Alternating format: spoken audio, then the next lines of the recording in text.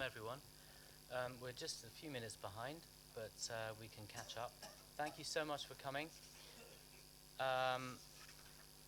You know who I am already. Well, if you don't, I'm Alan Nicol, and I work here with IWMI and the team on the Informing Change in the Indus Basin program. This is the second regional media dialogue we've held under this program. The first was in February 2016, so a little over a year ago, in Kathmandu. And I think some of you were in that meeting. Who was in that meeting in Kathmandu? Can you put your hands up so we can see there's some continuity here between the two meetings? Right. So a lot has happened in between Kathmandu and Colombo. I'm not going to cover all that's happened, not least because, you know, I have a tendency to waffle on for too long, and the real meat of this meeting comes from you, not from me. But suffice to say, since Kathmandu, we've held media dialogues in India and Pakistan and Afghanistan. And who has been part of those media dialogues in India, Pakistan, and Afghanistan? Can you put your hands up? Okay, so again, there's a little bit of a continuity, a little bit of a sort of web of intrigue, web of interest even, amongst participants here through those different national media dialogues and the regional dialogue. This dialogue has also strategically been positioned just after the two-day meeting we've held in the Hilton, the Indus Basin Knowledge Forum. You know, in an ideal world, everything would have been joined up as one enormous meeting, maybe, with the media and all the other people involved, you know, sitting together and having one large discussion about the Indus Basin. But we thought, because the nature of the Informing Change in the Indus Basin program has a specific media dialogue element to it, we wanted to hold this meeting separately, but adjoining the other meeting. So there is also in this meeting a large number of experts, I hope, from the Informing Change in the Indus Basin Knowledge Forum. Can you put your hands up if you were in the meeting in the last 2 days at the Hilton? Okay, so we also have that sort of cross-fertilization, as the saying goes, between the two events, and that's deliberate, because we wanted to have as many people as we can from the other meeting also informing this meeting. And the point being that the whole knowledge environment that was the focus of the forum in the Hilton is part and parcel of this broader question of media engagement in Indus Basin affairs and development challenges. So around the room you'll see these banners here, sort of key messages: energy, population growth, climate change, irrigation. Simply trying to emphasize really that the challenges, the problems, the issues are very broad, developmental. As an anecdote, I live in East Africa. So, you know, every time I go to my local supermarket and I buy 10 kilograms of rice, it comes from where? Pakistan. Where does it come from in Pakistan? Probably Sindh or Punjab, right? So this is virtual water. I'm buying virtual water from the Indus Basin every time, even in Addis Ababa, maybe even in Egypt, I don't know. Rice is being sold from the Indus Basin. A graph shown by someone yesterday, I think it was Simon Langan, showed a huge trade in virtual water from the Indus Basin, from Pakistan alone in the Indus Basin, to other parts of the world. So the Indus is also a hugely important global system feeding other people, right? So it's also, you know, beyond the boundaries of the 4 countries represented in this room, an extremely important basin. So those were the kinds of issues that cropped up in our meeting. So there's the program under which this is nested at the top. And if any of you need more information, there's a little brochure here about the program. But essentially it has 3 elements. One is about knowledge consolidation, trying to get knowledge together in a one-stop form, the Indus Basin Knowledge Platform, making it accessible to other people, and then trying to plug knowledge into decision-making, strengthening decision-making, and then trying to improve the environment of dialogue in the basin. So those 3 elements are really what the program's about. Then the Knowledge Forum was an an attempt really to strengthen that knowledge environment. And we've just concluded that knowledge forum. So we see under this component of the Indus Basin, informing change in the Indus Basin program, a basin-wide dialogue component. The knowledge forum was part of that.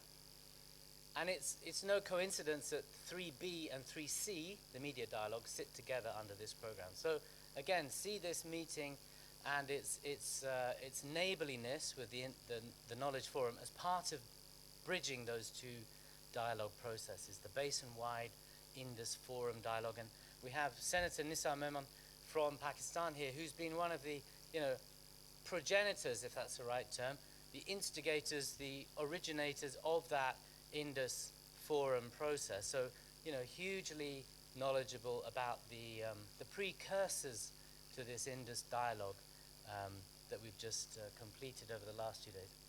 But the idea of that dialogue at the basin level is knowledge is an entry point for understanding, for addressing challenges, for really overcoming, some of those problems out there about the nature of development and change in the basin. So knowledge is an entry point. What we've done in the last couple of days is to look at the landscape of knowledge, trying to understand gaps in that landscape. There's no perfect knowledge in any basin.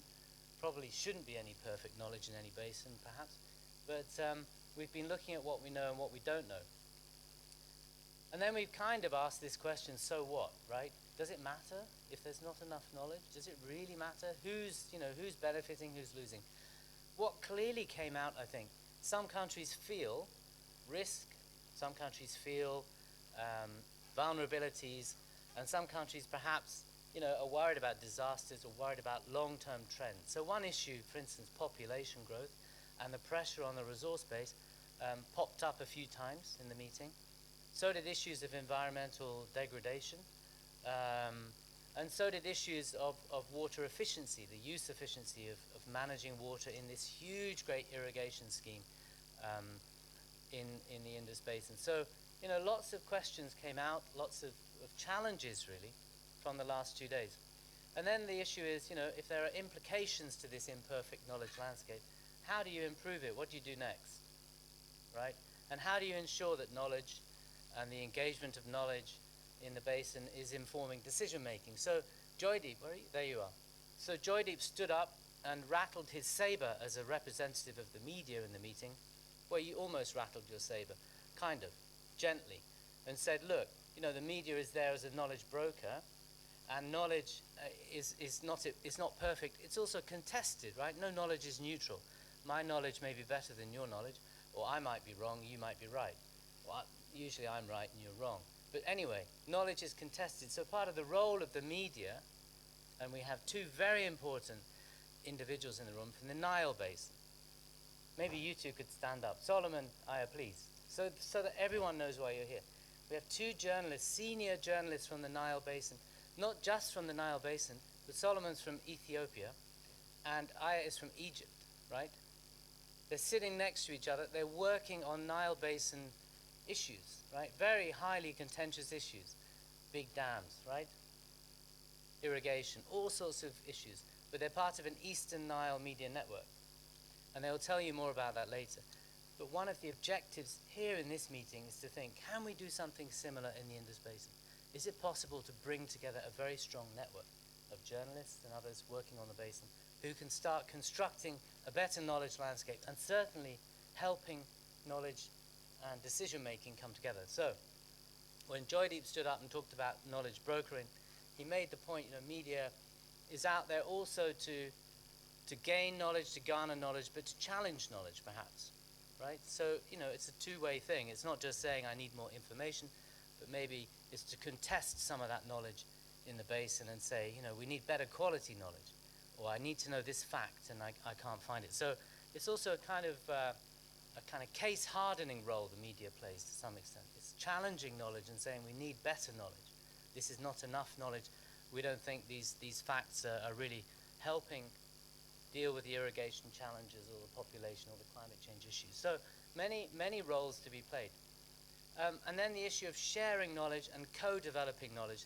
Again, this comes into this meeting because, how many of you, just put your hands up, how many of you work with colleagues from other parts of the basin on stories?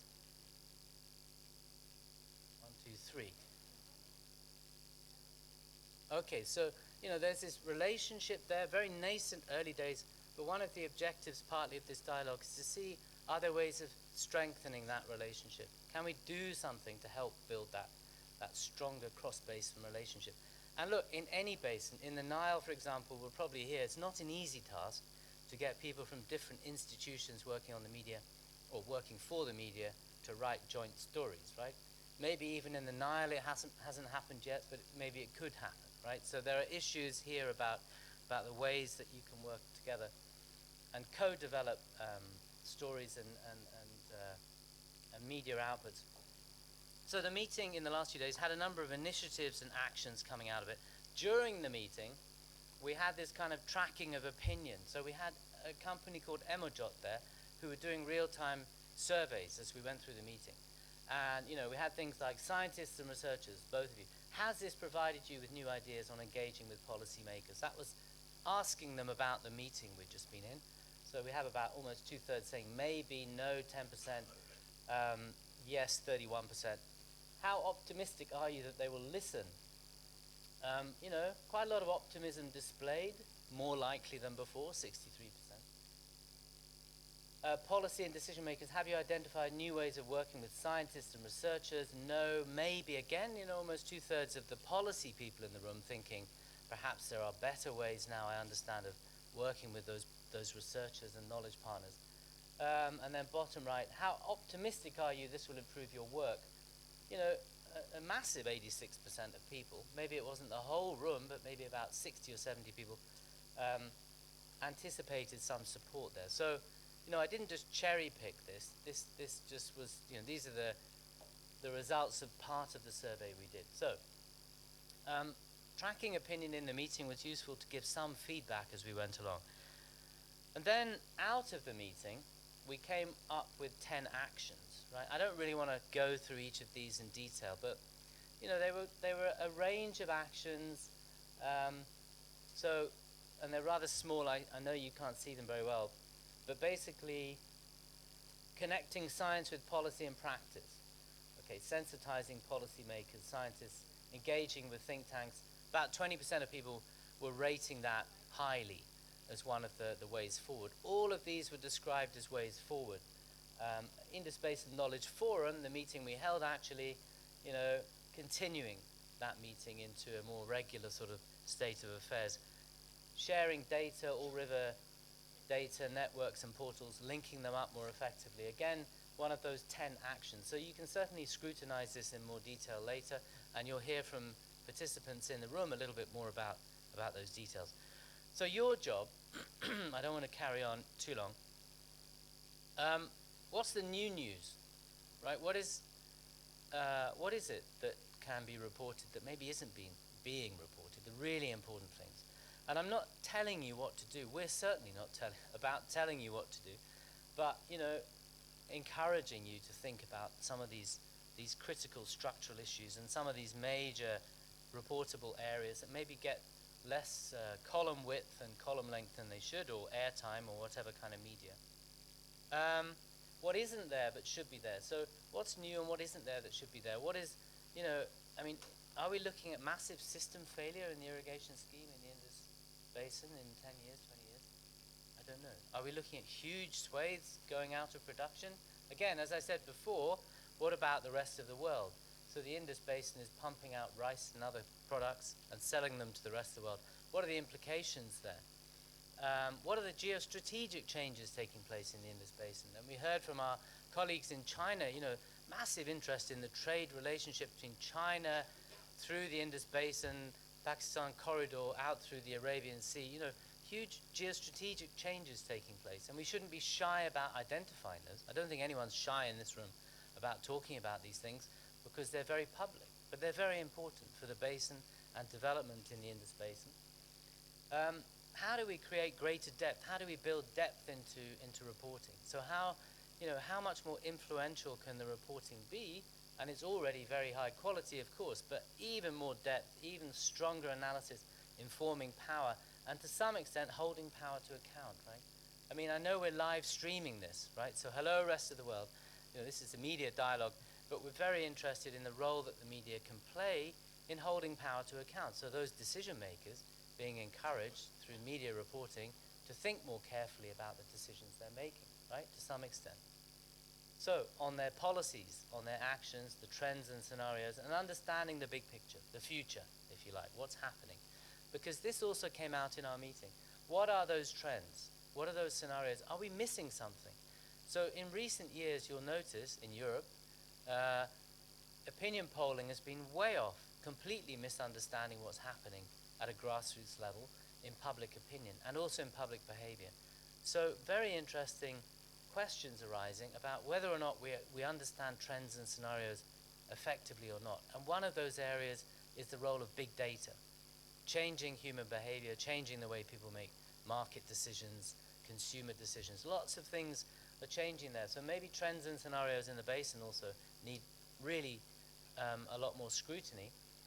And thinking about possible futures. What is the big picture? What are the big changes taking place? Geostrategic changes, economic, demographic, social change. You know, these things are hugely important. You know, what does it mean if a large city in the basin is extracting a lot of groundwater and it's reaching, you know, the bottom of the barrel, as it were? What does it mean if a large urban area suddenly has no water or very poor quality water? There's a health crisis, there's a water supply crisis, lots of major challenges that are linked and often called wicked problems can arise.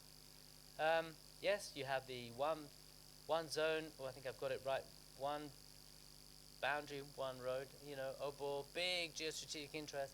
You have virtual water, I mentioned, trade, you have disasters, floods, you know, lots of things, population demand, groundwater contamination. I just picked out a few things that are very important relating to the basin. Now, that was the event. That was our forum there. Again, live streamed, 2 morning sessions, about 110 people there, all the countries from the basin represented, plus about 10 other countries in the room. A range of donors. Some donors are in the room today. Well, they can put their hand up. Some as in one. 7 from Norway. Very interested in the debates and all the kind of discussion around these major challenge areas. And that was a very successful meeting because people so it was a constructive meeting. Now, why are you here and who are you? Okay, so what I'd like to do now is a little kind of introductory thing. Just turn to your neighbor. Your neighbor, very briefly have a quick chat about who you are and why you're here. Then I'll ask your neighbor to stand up and describe you and why you're here and who you are, yeah? Very briefly. I know it's painful. It can be very painful, even embarrassing. But, yeah, we'll do that after. Let's just describe first. So we'll do that. So I'll give you 30 seconds, 15 seconds each. Introduce yourself. Who are you? And why are you here? What are your expectations?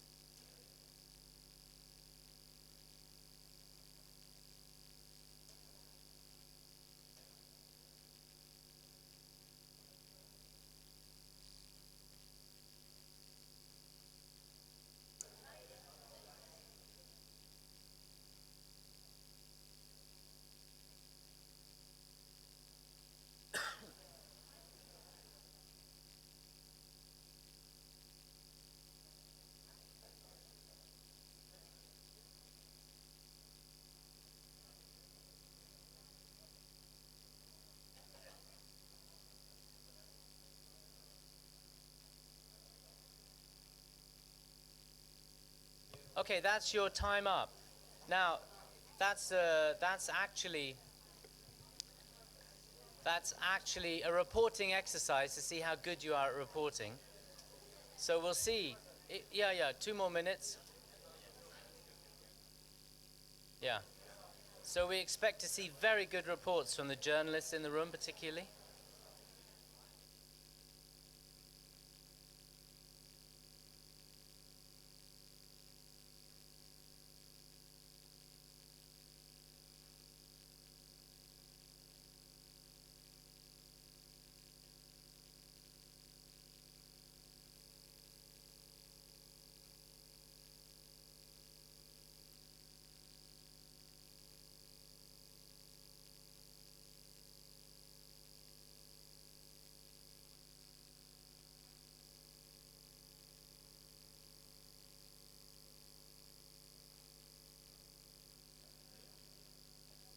Yeah, yeah.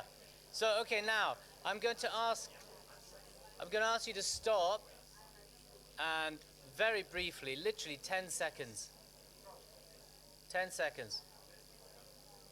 Senator, your time is up, as they say. Right. So I'm going to ask, yeah, ladies and gents, the far table over there. You see, now you want to get to know each other so well, but we want to do this very quickly. Semond, do you want to start? Why don't you start? I'm picking on you to start, so you start. So you describe your neighbor very briefly. Who are you? Why are you here? From your neighbor's perspective.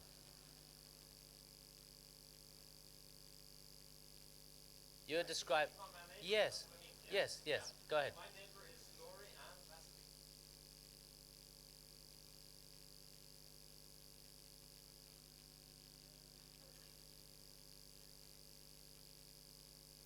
They are products, and it's doing everything on communications about easy mode. Okay. And try to share what they're doing. All right. Thank you very much. Thanks. Who else would like to? We may not do all of you because we have a whole room. We'll be here all morning. Yes, sir, at the back. That was great. Okay, my neighbor is Shahzada Irfan from Pakistan. He's a senior journalist, and he working for the news. The news is a newspaper, a leading newspaper in Pakistan, and he is a senior journalist there. Okay, welcome. His expectation Bye. is to build network and share knowledge. Excellent. Thank you. Anyone else? Put your hand up and describe your neighbor. Arif? And then come to you. I hope it's not wrong. Jayashri, is that correct? So Navita is an independent journalist based out of Delhi, has written on the Indus Basin, and she's here to interact with others, particularly from outside of India, who have an interest in the basin. Jayashri here is from the Delhi Times of India, reports on environmental issues, and she's here today to get story ideas and develop new sources and network. Thank you and welcome. Yes, go ahead. And then Senator will come to you. Shout, please. He's from India. He works for the Indian Express, based in New Delhi. Right? Yes. He covers environment, climate change, water, and all these other environmental issues, science and tech also. He's interested because he has been covering this issue for a long time, and also water is one of the very interesting topic he covers, and he wants to continue to learn more new stories from it. Excellent. Well reported. Senator, and then we'll come over here, yeah. And we'll do a couple more because we have another quick exercise, yes. My neighbor is Nasser. He is a very interesting career. He was American, then Mexican, and so he is a mix of the South and North America, and that's it. And he worked for 25 years in Sigya, and now recently with IWMI. I think he has, he's very humble because he says that he is here to learn more about the complexities of water because he has recently joined IWMI. But let me tell you, his experience of crop and agriculture is tremendous. In addition to being a senior manager in communication and remember, knowledge management.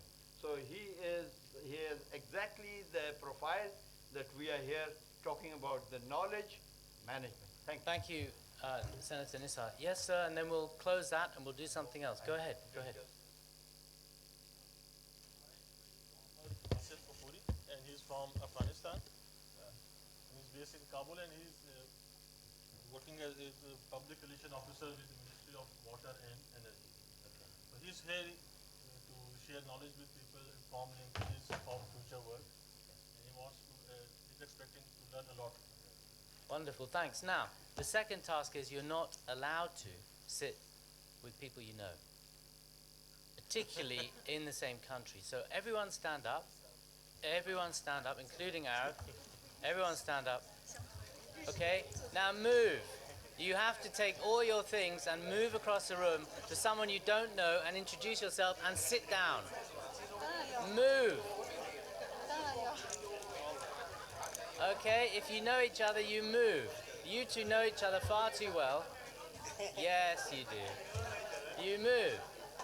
So find someone you don't know and sit beside them and say something nice to them. Say, good morning, how are you?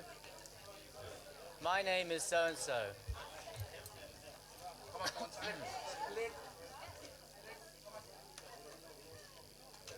Azim, you know everyone in the room, but you can go where you want. Sit where you like.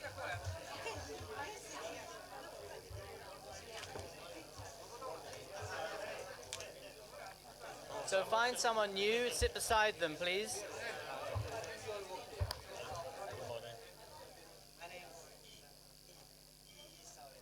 We're running about 15 minutes late, so excellent, I see movement.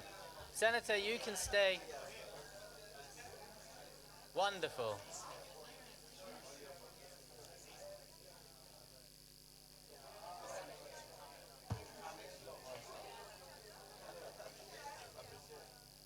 You're from?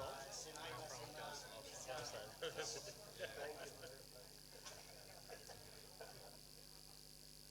So as you'll see, there are 3 smiley faces. One is hello, the other one is how are you, and the third one is how is your family. You don't have to talk about work. You can introduce yourself personal, how's your family? Experts need to break up. Yes, yes. Journalists. I think this table needs to break up a little bit. This table needs to break up. Too many experts. No, but okay. Yeah. And by the way, we will, just so you know, yeah, do. Good. Yeah. Split around. So halfway through the day, we'll do the same thing again. Okay. Over to Natasha. You can manage this. They got them going.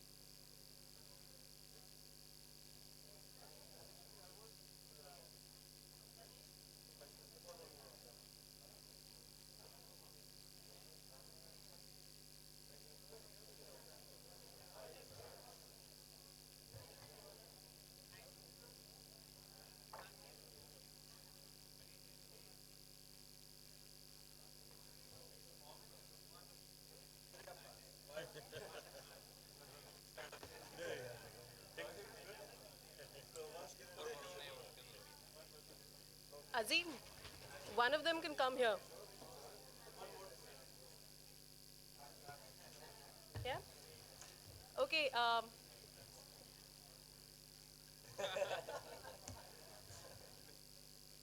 can we all settle down?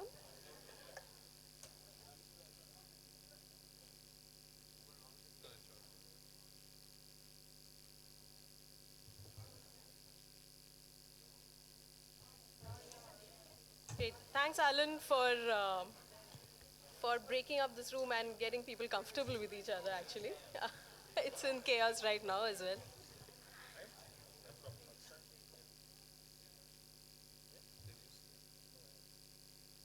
Great. We thought the next, my presentation, it's a very short, just an overview of what we have been doing in the past year. And a basic objective, what is the objective of the media dialogue? Alan covered it a little. I'm just going to go a little bit more in depth. So essentially, the objective of the media dialogue is to increase the in-depth analysis, overcome the limited reporting on Indus. So we are working with Third Pole and other partners. And I know a lot of you have been part of the process, and I'm really glad to have you on board and to see you all here in Colombo. So another objective essentially is to inform the media about the key science issues in the Indus Basin. So we are trying to bring scientists and media closer. So it's just not about media getting comfortable and access to the researchers, the scientists who are working on issues on the ground. It's also about getting the experts comfortable talking to the media. So it goes both ways, and it goes hand in hand. Um, we're also providing a platform to facilitate future interactions, and I'll come to it more in detail, where we are trying to create these groups where the information sharing and discussions happen more, comfortably with each other. So what have we been doing in the past? As Alan mentioned, we've had a regional workshop in Kathmandu in February 2016, where we had a great group of people from all 4 basin countries coming together, and with experts who sort of broke down, the issues in the Indus Basin and the challenges, the future challenges, and looked at the science. We followed it up at a national level in each of the countries, starting with Pakistan in May 2016, and which really set the scene for these media dialogues. We had a very enthusiastic group of journalists along with experts, including government officials, including researchers, NGOs. They all got together at Bourbon. I think a lot of you were part of that particular meeting. Yes. So that really set the scene, and we followed it up with another national level media dialogue in India and in Kabul in Afghanistan. And I'm glad to see some familiar faces here. We are following that up with the regional media dialogue, which is today, and the China dialogue, which we are planning for tomorrow. We've also tried to, these events are a one-off incident. So we are trying to, create a momentum for media and and experts to sort of, come together. So we have issued media fellowships, and we've received about 20 plus applicants, and we did the first round of fellowship, and I can see a couple of fellowship grantees here as well. What was good about the media dialogues? We had significant level of government and media interaction, where the government officials were comfortable in interacting. This is something which was very innovative in this program. Starting with Pakistan, we had a WhatsApp group which came out of that particular meeting, and which actually set the scene. So it is very interesting to see the kind of discussions on that WhatsApp group. So journalists shared articles that they were covering on that particular on industry-related issues. Experts were commenting on the articles. If somebody was looking for a resource, that particular group was being utilized. We followed it up with even the India group. So India also formed a WhatsApp group. And in Afghanistan, we have a Facebook group, and which is very, nicely being led by Asif there. So this essentially, created a comfort level in interacting with each other. So as I mentioned, the group was used to share articles, opinions, ask for contacts, information, I think even pictures for that matter.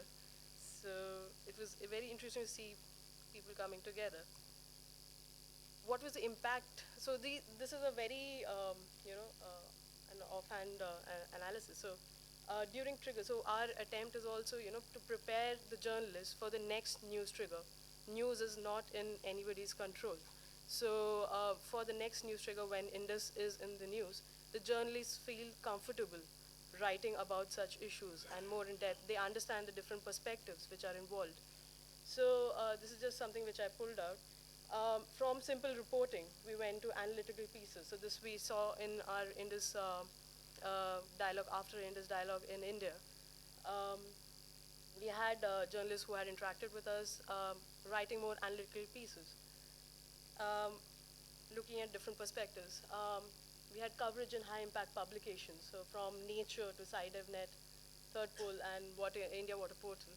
So this is just an indicative list, as in I'm not covered most of it. But just to give you an idea of how we have sort of, come together in this journey for a year almost, or a year and a half now. So that's it, it's just a small, brief overview. And as you can see, I think the agendas are with you. We would be now, going into country-level presentations.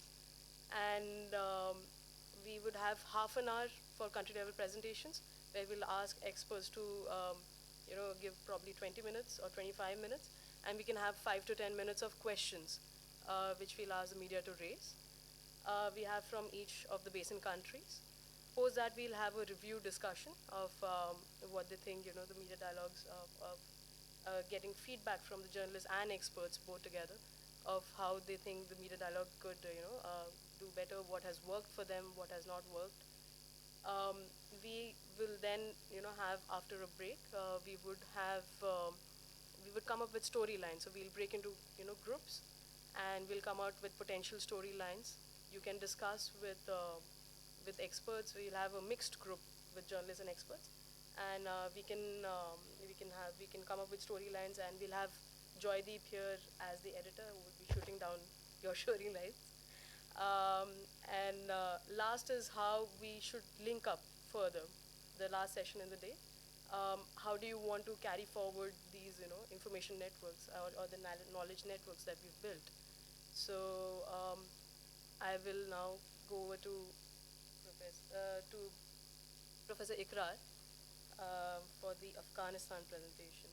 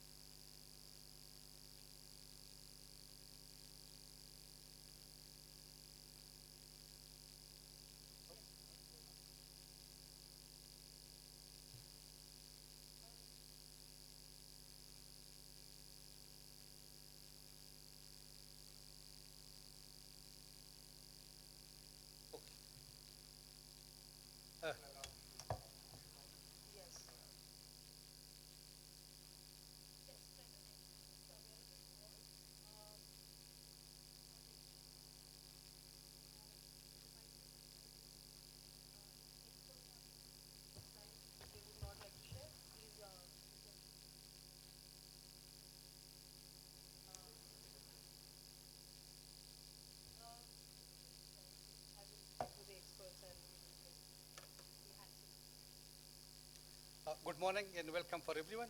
Thanks from IWMI that we share our knowledge, what we have, especially regarding of the water resources of Afghanistan. Just I will come some overview of Afghanistan, then I will come for some 2 or 3 slides on Indus Basin. Then I will come to what we have done up to yet, especially some research like this one.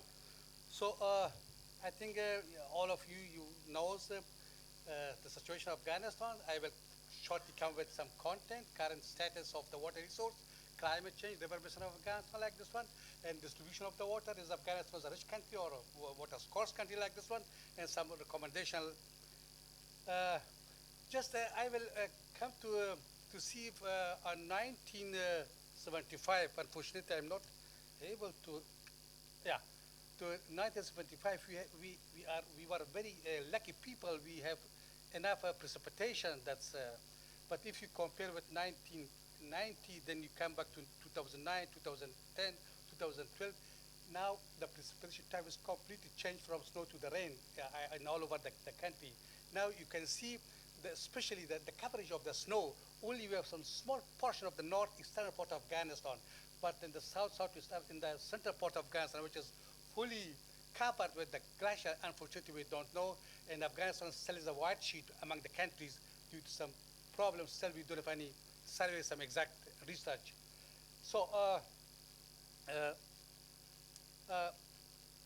generally, if we see that especially the north-central part of Afghanistan, you have enough precipitation, more than around 800 mm, but in the central part of Afghanistan, between 300 to 400.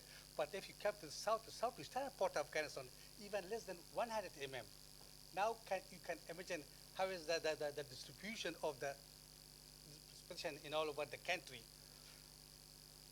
I think all this research, this value or this figure based on 1980. It means from 1980 up to 2006, we don't have nothing, some data for the water resource of Afghanistan.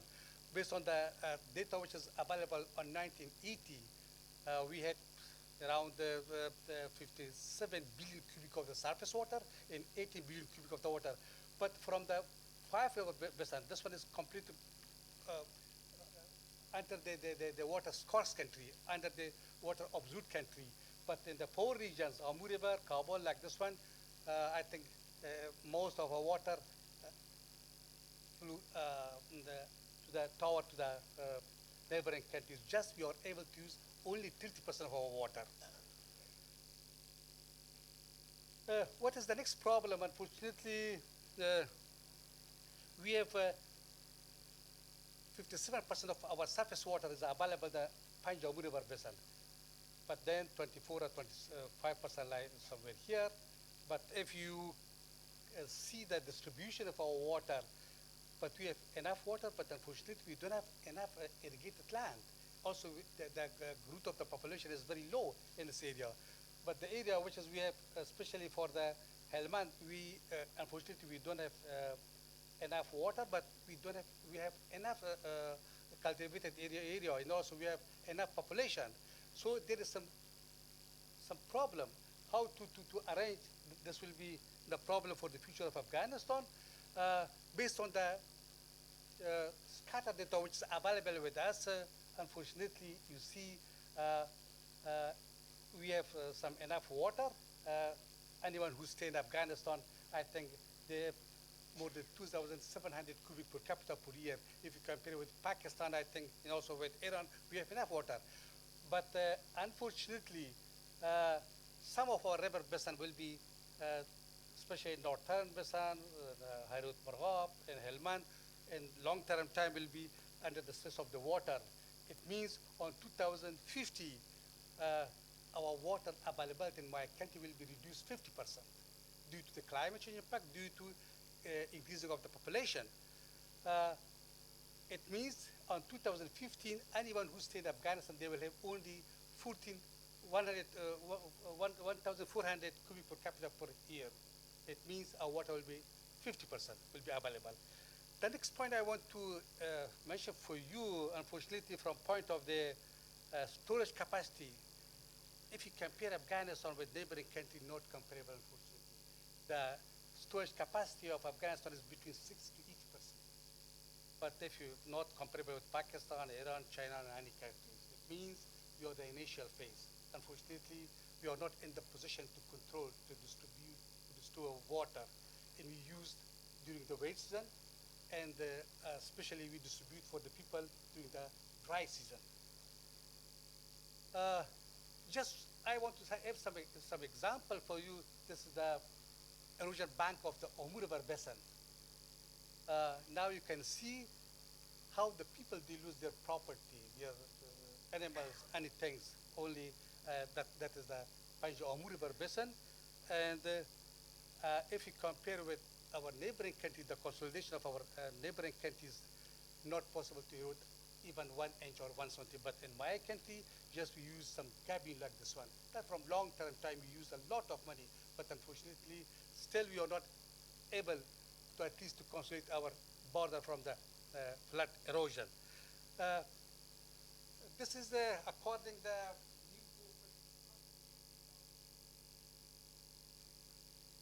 that I will introduce. A tall wake, I think some of you are completely familiar with the name of tall wake. The tall wake come to the land of Afghanistan around 5 kilometers. Now you can imagine how is the bank erosion, how is the flooding erosion in the Omu River basins. The next problem is, unfortunately, the main problem for Afghanistan is transboundary water.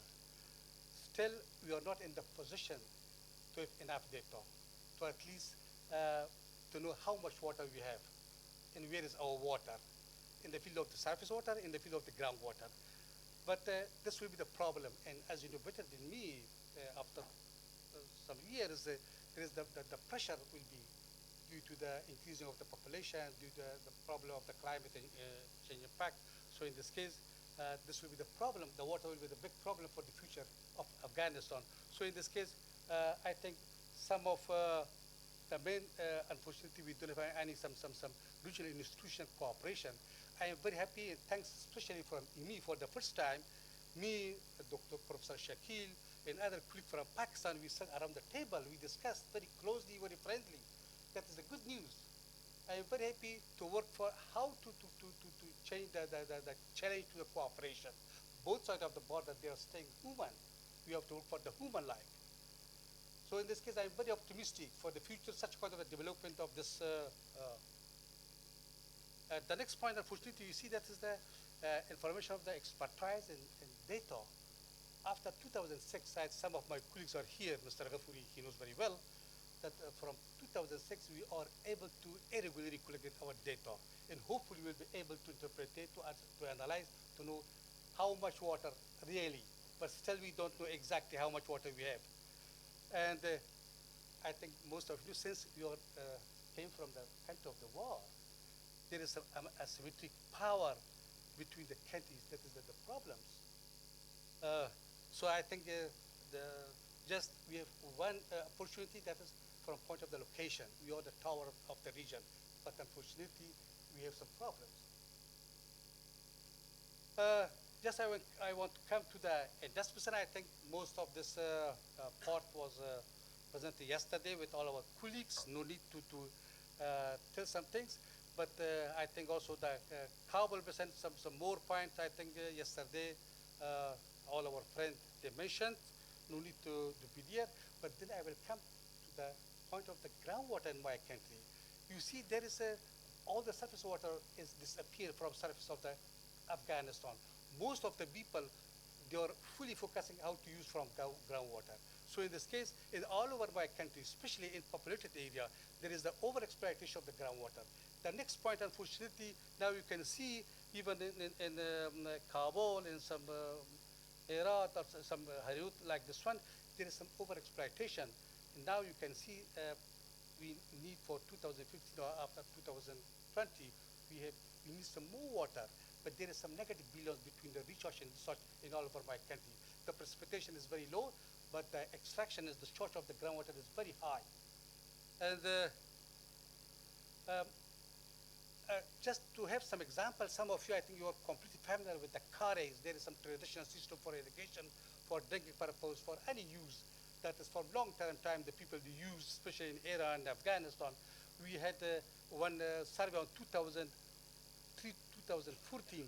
Most of our carries located somewhere here. It means the most vulnerable part of Afghanistan is the southwestern part of Afghanistan.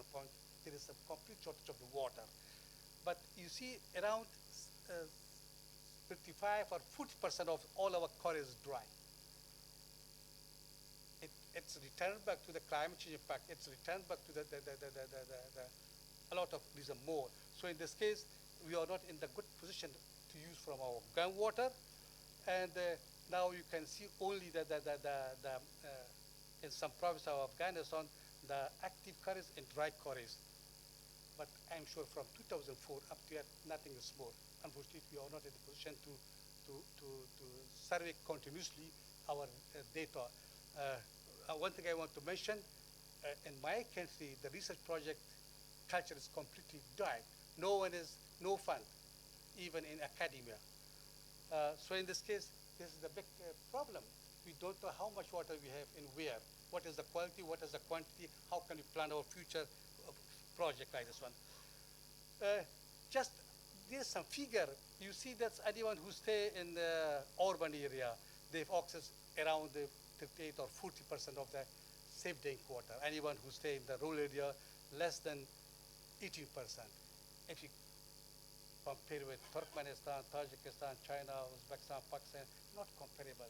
Now you can imagine even for a drinking purpose, you are in the very low level if you compare with the origin of the country. The next point of me as a hydrogeologist, I'm afraid that will be the big catastrophe, unfortunately, in the populated area of Afghanistan. There's the only one figure I brought according to the time availability to see how is the E. coli bacteria in 100 milliliter per. All the reddish point is, it means that is above the WHO standard. If I mention for you, capital is Afghanistan, Kabul is a capital of Afghanistan, unfortunately, 95% of the people, they're connected with the central sewage system. 95% is not connected. Now you can imagine how would be the quality of the groundwater. All the wastewater is directly infiltrated to the groundwater. Even just to see only 5% is you are happy, but 95% with we don't have any some possibility of sanitation. I think just to all this figure, of course, based on the report again for you, and this also I mentioned some point regarding the surface water. Also, there is some the groundwater. This is the very fresh map of the groundwater occurrence based on this report. Unfortunately, the groundwater resources are also very limited. You can see only all is located in the some river basin area. But previously, we thought that we will have enough groundwater. But now you can see just we have some portion of the fresh water. This will be the problem for the future. If you're not able to arrange, to restore, to even to control our this is geology of the area. That's this part is area is under the 2,000 meters lower, and the formation is Neogen like this one. I think there's some Neogen quarter in all our formation, all our water resources available in the quarterly element in Neogen, some partly. I think some of you know, or do you know the meaning of Buskashi? I think some of Pakistani people, they know there is some horse game in my country, some traditional system. Unfortunately, you see that several international NGOs, several donors, 7 ministries, I think, all of them, they are busy with the water resource. But there is no any cooperation. Only the Ministry of Water and Power is the owner of the water resource. They have to control, but the Minister of Mail, that's a lot. So in this case, now you can imagine how would be the cooperation or coordination, even internally, even externally. That's the problem, unfortunately. So in this case, hopefully, but right now, Minister of Water and Power, they strongly support, strongly follow up to at least to know who and what and where. I think there is a lot of challenge for the water resource management. One of the data which is I mentioned, there is the lack of the data in the field of the surface water and the field of the groundwater. All the data is come from different sources. Now you can imagine what will be the accreditation, what will be the quality control, quality assurance of the data. So in this case, we lose a lot of time, a lot of money, but we have to filter which data is acceptable. And the security condition is the next point, and also we have, I think, right now we have installed 147 stations for meteorological and hydrological station. We need for OM, but still there's some problem, and also there is still we have some lack of the infrastructure, quality contamination, expert in knowledge. Hopefully, I'm very optimistic for the future. Right now, we have some good young generation. They come up from abroad with some good knowledge and technology. Hopefully, they will bring some change. And also lack of the effective, unfortunately, coordination internally and externally. And some challenging coalition does not need to mention again. And just I want to have some figure. In Afghanistan, we have around 17 million people. They don't have access to the safe drink water. If you assume we are 50 million. And 23 million people, they don't have access to the sanitation. And flat, drought, and landslide, that is the natural hazard. All the people, they are suffering, mostly. I'm sure in the near future, there will be the national, international, the internal and external conflict will appear in all parts of the, and I think year by year there is some environmental degradation is increasing. And just I showed this one that's in all over the country, water is life for all the people. In my country, water is the main cause of the day. Most of the people during the the wet season, they were suffering from flooding, from landsliding. But during the dry season, the people they were suffering from the drought. And the next anthropogenic cause is the groundwater quality, or surface, or even groundwater. That this will be the problem for the future of Afghanistan. Thank you. Just I'm afraid from the time you see that 75% of water is flowing abroad of my country. We put the power from, hopefully that we'll be able to in the position to control our water, to restore, to distribute where we need. And I'm afraid the time if you are not able to control such our vital source, even some of our young children, they will return back with empty pot. Just I will come that during 2000,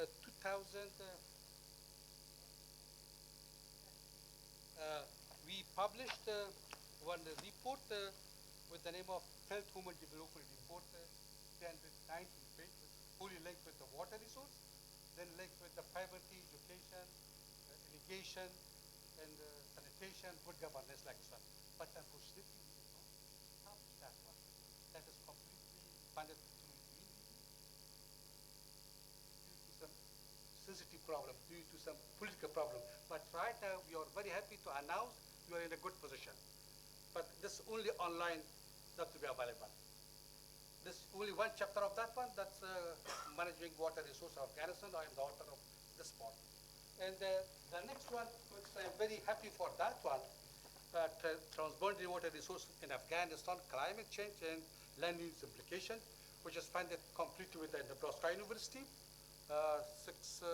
Five professors from Nebraska University, and I am only the author of the fourth chapter of this one. We have such a kind of new document on 2016, May 2016. Unfortunately, that's not available. I think you know better than me. That's the publisher elsewhere.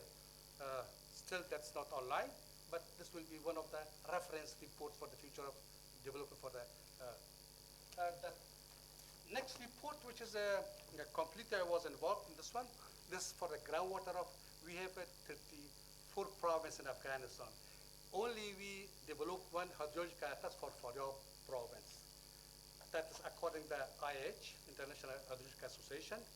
It means right now we have only one hydrological atlas based on the website that's available for one province. We need for 33 provinces more. So in this case, anytime when the donor comes to Afghanistan, when they start some special project, when the donor left, the project is dead due to the fund, due to the capacity, due to some security problem. So in this case, this is our main point. Hopefully, that is my presentation. Hopefully, that will be any question. You are most welcome. Thank you.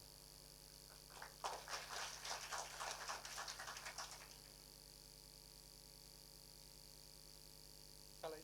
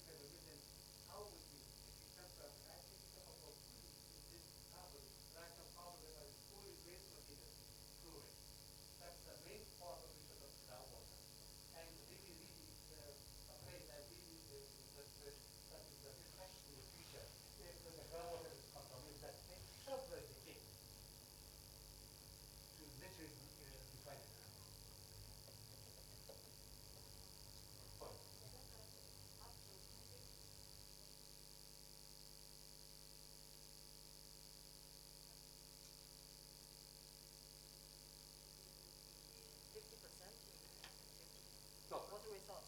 On 2050, Yes. according to SCATA data, that's why I mentioned several times of this. Per capita data. Yes. SCATA data from different sources. Our water will be reduced 50%. Based on that area calculation, we had 2,700 cubic per capita. On end of 2050, we will have beforehand. Who will protect them? Really, there is a problem. I mean that, how about what's the population growth in pressure More than in the 2050? population in Afghanistan, I think more than 2 or 3%, around 2 to 3%. 2 to 3% of growth of the population. And on 2050, the population of Afghanistan, if right now we assume 28 or that will be 47, even 50 million. 50 million. 50 million. 50. 50. Yeah. We just take one or two more questions and we'll move on to the next presentation. Asif? Thank you so much. Actually, water storage for Afghanistan is a big deal, and every single Afghan people, they're willing to have water storage in Afghanistan, building dams and have infrastructure for water management. But even if we start a little bit of building infrastructure in Afghanistan, it caused a lot of political problem in the region. Recently, 2 days ago, the president of Iran expressed some concern about the water management in Afghanistan. We are in a very basic level, but still it make a big problem politically for the neighbor country. What do you think? What should we do? We want to establish or build infrastructure in Afghanistan, but even when we want to start, we face very big challenges. This is our main problem. Thank you very much for the question from Afghan side. But we are the tower of the region. If you are thirsty, this is our first job to use our water. But according to the national and international law, I think all of you know, we have one priority of the location, the geographical location. We are the tower. It means you are at a stronger. But if you come to the economical part, you are not strong. If you come to the data availability, you are poor. If you come to the bargaining, so we have 2-3 point negative. But it is the job of the international institution, international donor to help with us to solve this problem, like Afghanistan, like Pakistan and India, the third mediator, India, World Bank, I think they deal with you. But we have to use from water. But we never want to close all water. We want to both sides of the border, the women they are living, they must use. But first priority must be returned back to Afghanistan. I think some of you know during 1 week, I think there is we have some problem. Every time we have problem with Iran, with Pakistan, we have only one treaty with Iran, nothing is more. But based on our treaty, we are completely agree. According to the treaty, we are able to flow the water for these fellows. But they need some more water. This is the problems. But all the point, all the specifications completely clear in a treaty which is signed in 1973. Can I just Shall we? Okay. Shall we go to the next presentation? Thank you very much. We can have more discussions during tea break and yeah, we have a discussion session.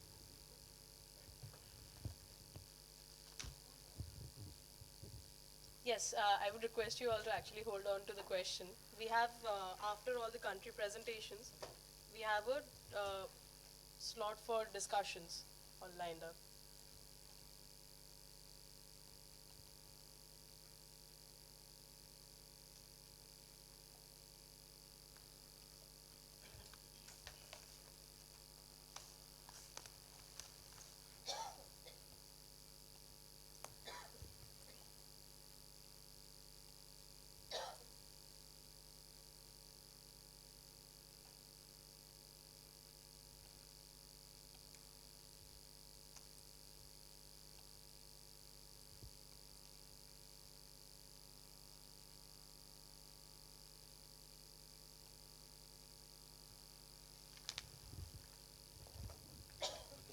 Morning. And I would like to first thanks to IMI and other EC Mode and World Bank to invite us to join this and to come here.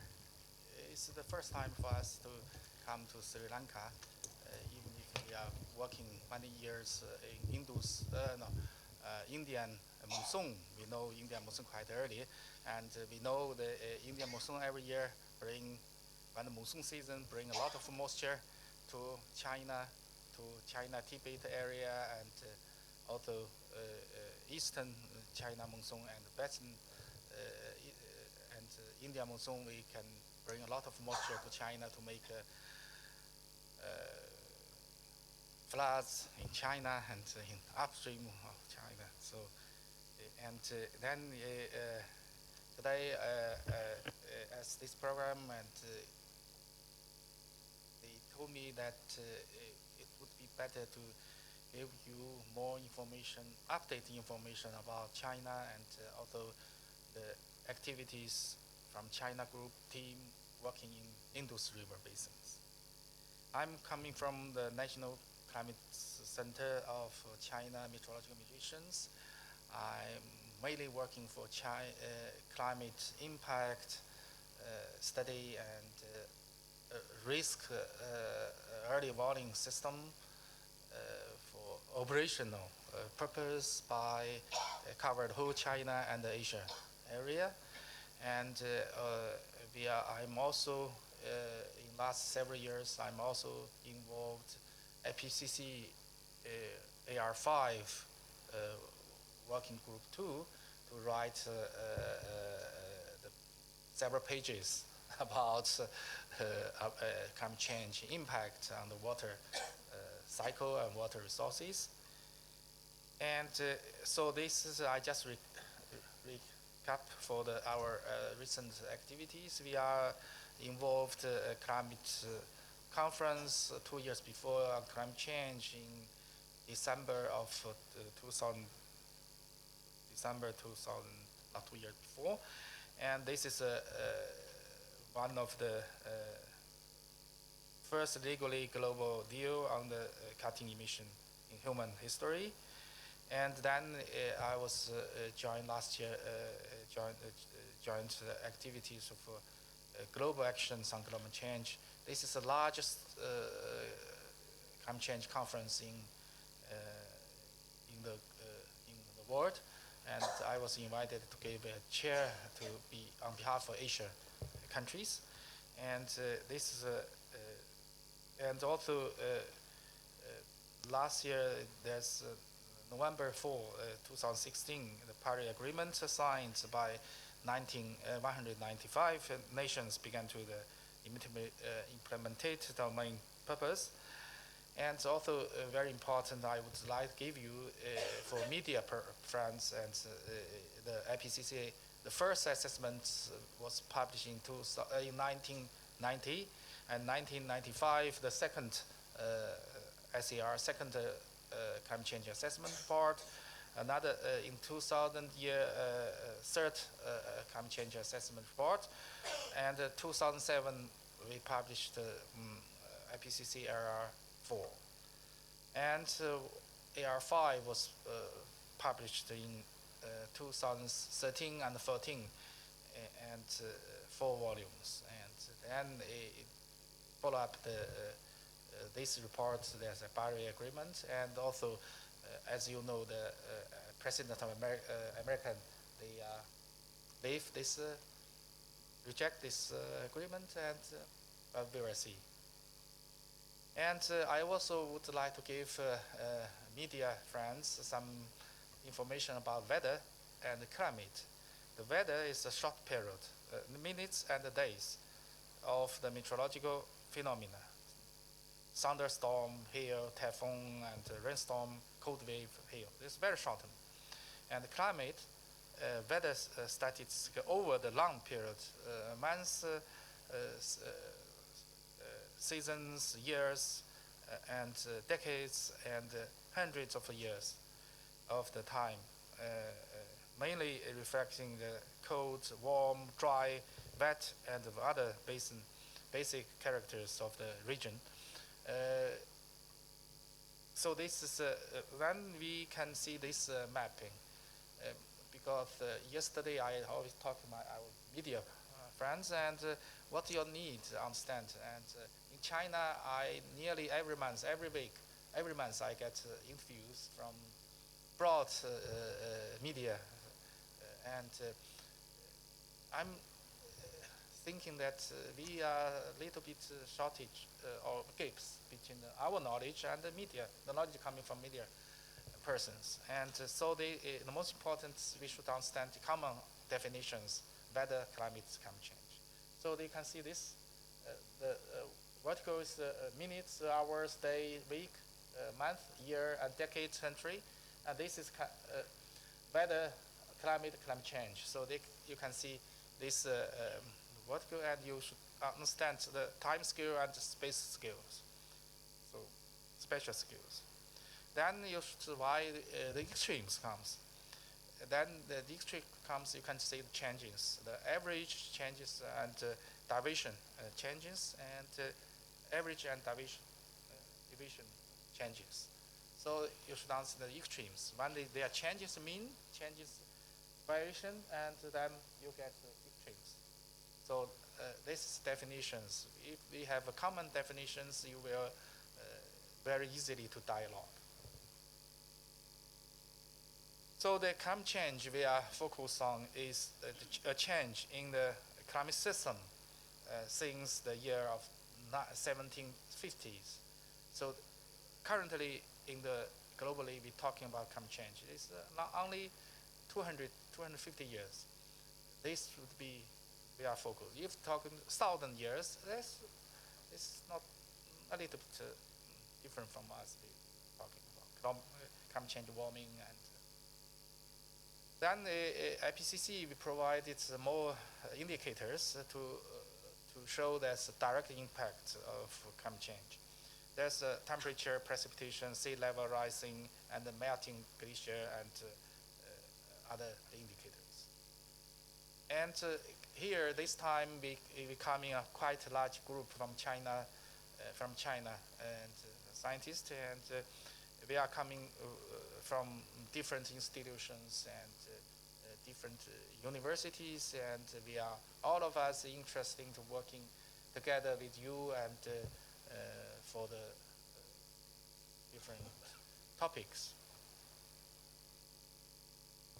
Recently, we have a new project. This get it from the National Science Foundation and Pakistan Science Foundation. Two projects. One project focuses on projection and attribution of stream flow composition at mountain rivers in China, both in China and Pakistan, which organized or main PI from the Professor Su, and one of colleague from the Ghulam Su from the Pakistan Meteorological Department. Another project similarly approved by this named Interaction of Westerly and Summer Monsoon in Upper Indus Basin and its impact on the water resources. It's another project organized by the Tibet Institute, Professor Zhang and Ghulam Su, both projects. And this project is last year 5 projects approved out of 200 proposals, and we are lucky to get it. And this is nearly fully funded by Chinese side, and the Pakistan side each project from China we get 3 million yuan, and from Pakistan side they just funded 1,000 US dollars for 3 years altogether. So this is news, and we are also yesterday we bring our some information published in International Journal. We have 2 papers already published in the International Journal of Climatology and Atmospheric Research. We are working for the more generally climate change and attributions of future in 2050 and 2060. And then you can see the observed changes in Indus River in precipitation and temperature. West part, this part is temperature and precipitation. You can see the temperature increased and precipitation not increased. It's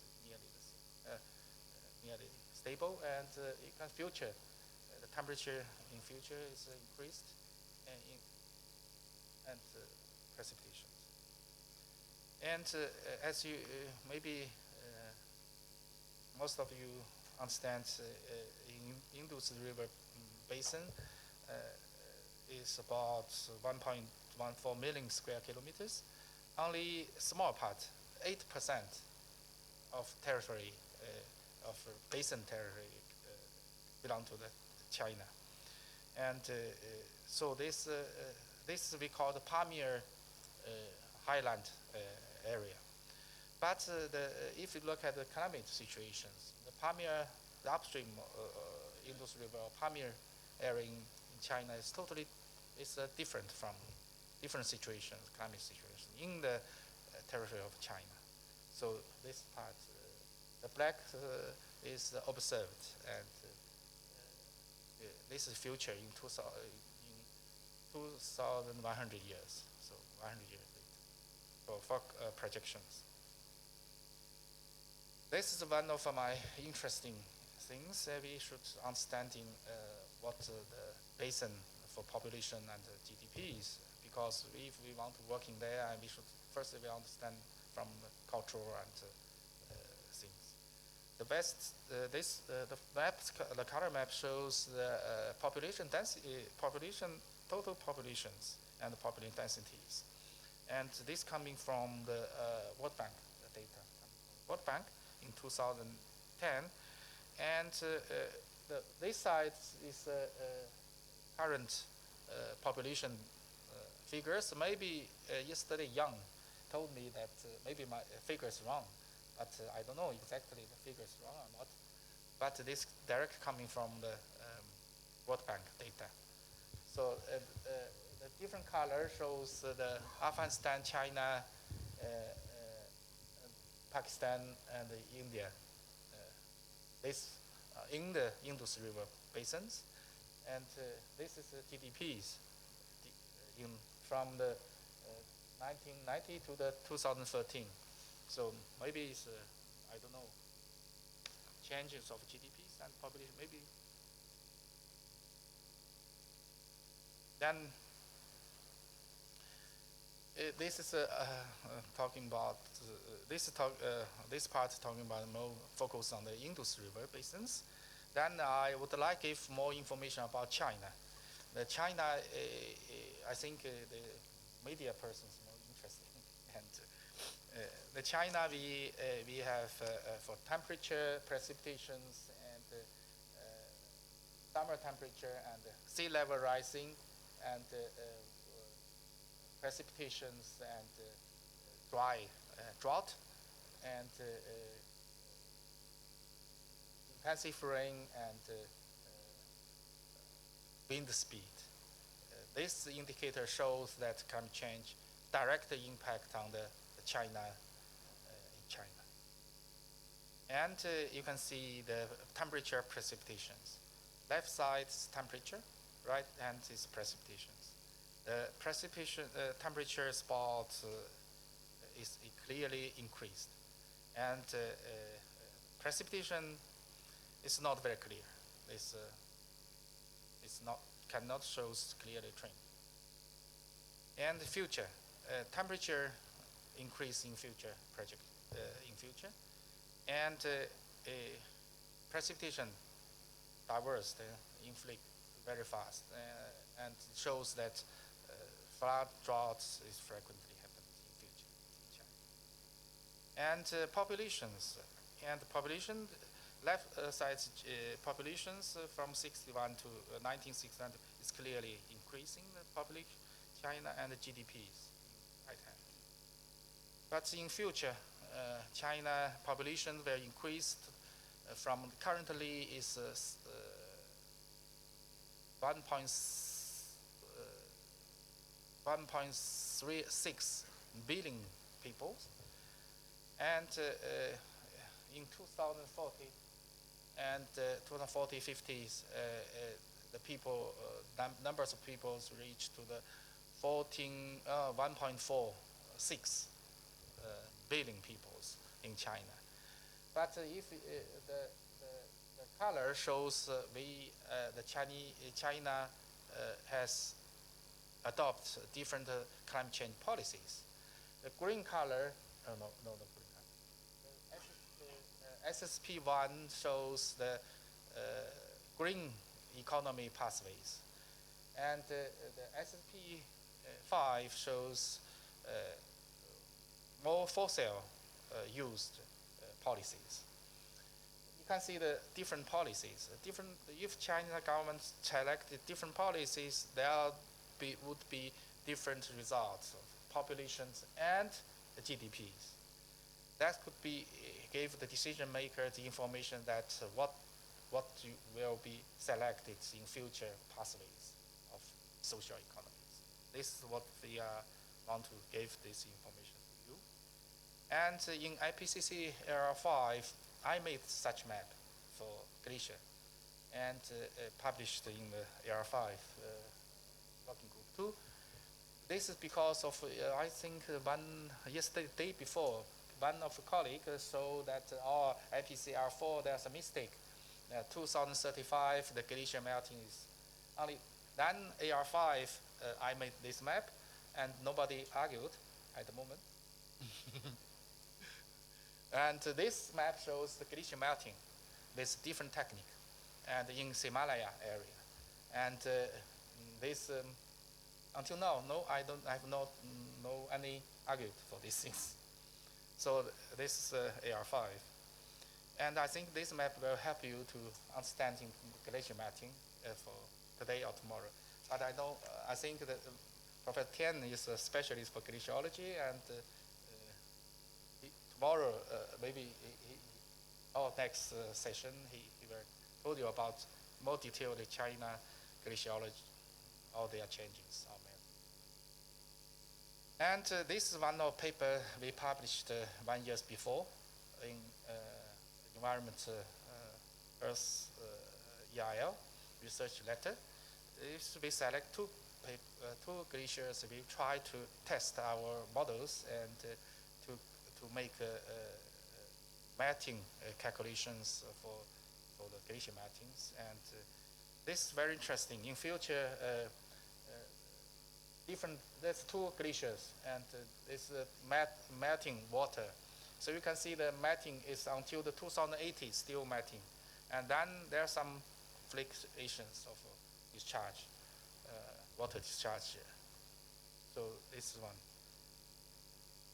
Then this, I think this is the last slide what we want to give you these information. Thank you. Thank you, Dr. Khan. We'll just take a couple of quick questions because we're running slightly late. So just 2 questions, and then we'll have a tea break, and then we'll continue the presentations. So any questions? There's one there. Yeah. Hello. Well, my question is, you have this huge diversity from the Tibetan region to the sea on the eastern side. Do you have special teams looking at Tibetan region for Indus Basin? We have one scientific institution, or The researchers and those people who do we have monitoring. many groups working for the Tibet area, and Xinjiang is this part, Xinjiang, and this is the boundary area for the Indus River basins. And I think Professor Tian was in ITP, yeah, and he will working many years in Tibet area. And he will reply you more details in the next session. Any other questions? Great. So let's break for a quick tea break. We'll be back in 15 minutes. Yeah. I think tea break is outside. Himani? Yeah. Just this side. This side. Okay. Yeah. So And then 15 minutes, let's convene back at 11 o'clock.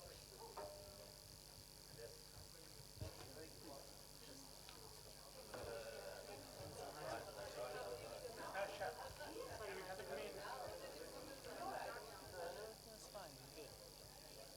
And you will just, my presentations, you will make only the PDF, okay? And yeah, I will give you the, last time final, we had no? a problem, Yeah, yeah. because But people might take pictures. So in yeah, case it you is have okay. some figure. It is okay. It is No, you okay. just don't. You I'm don't guiding them to my website where all the papers are Okay, published. perfect, perfect. So Yeah. that is because I have seen how the journalists use it. That is a common problem I face. Okay. No, So understood. I am just But you let us just PDF online. yeah.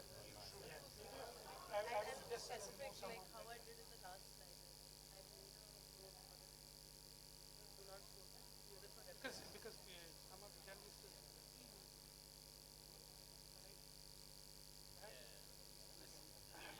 I wrote a lot.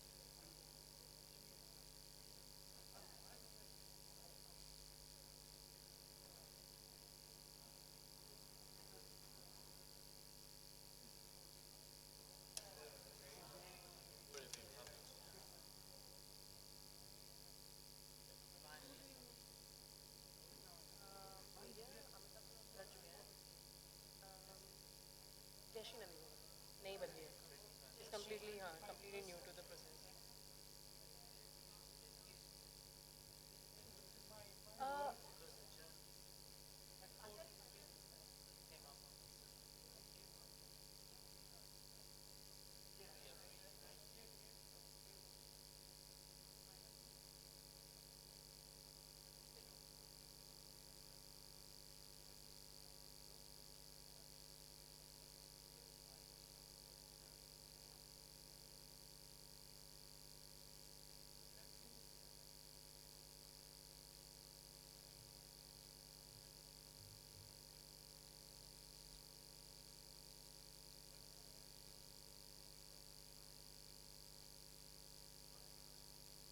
Excitement.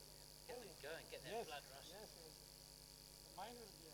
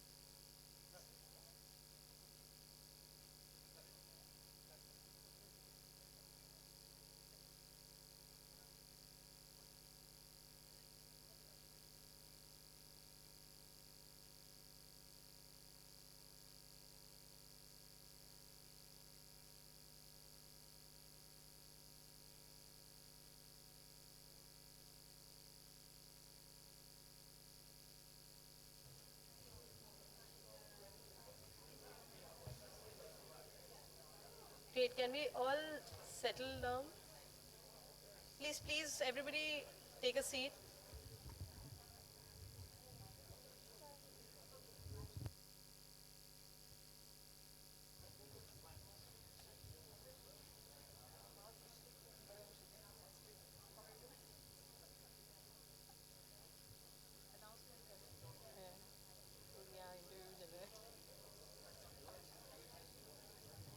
I request you all to please take a seat.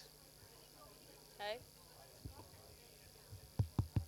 I request you all to please take a seat.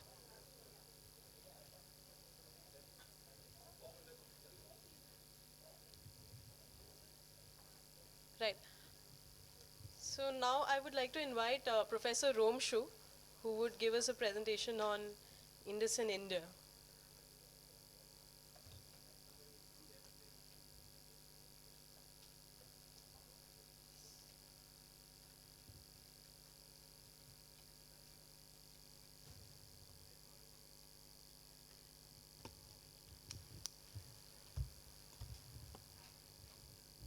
Okay, good morning everybody. I'm just going to talk about the, upper Indus Basin knowledge landscape. And the objective is basically to set the perspectives right among the journalists. And it is I'm really glad because I have, interacted with many of you quite frequently on the, in the last media dialogue also, and nationally and particularly in the national media, I interact a lot on the issues and even across the border.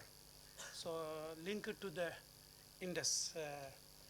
And I don't encourage you to use many of my slides, though it will be, available, but you can visit my website, and I have 155 publications on that, and already almost, so this is not a self-promotion, but it is just to encourage you, because I have seen that in the last media dialogue also, I had to request some of the journalists to take down my material from the websites, because sometimes it is very technical, but if you read the papers in detail, you really get a better perspective. So I encourage all of you to visit my ResearchGate, and all of these publications are there available.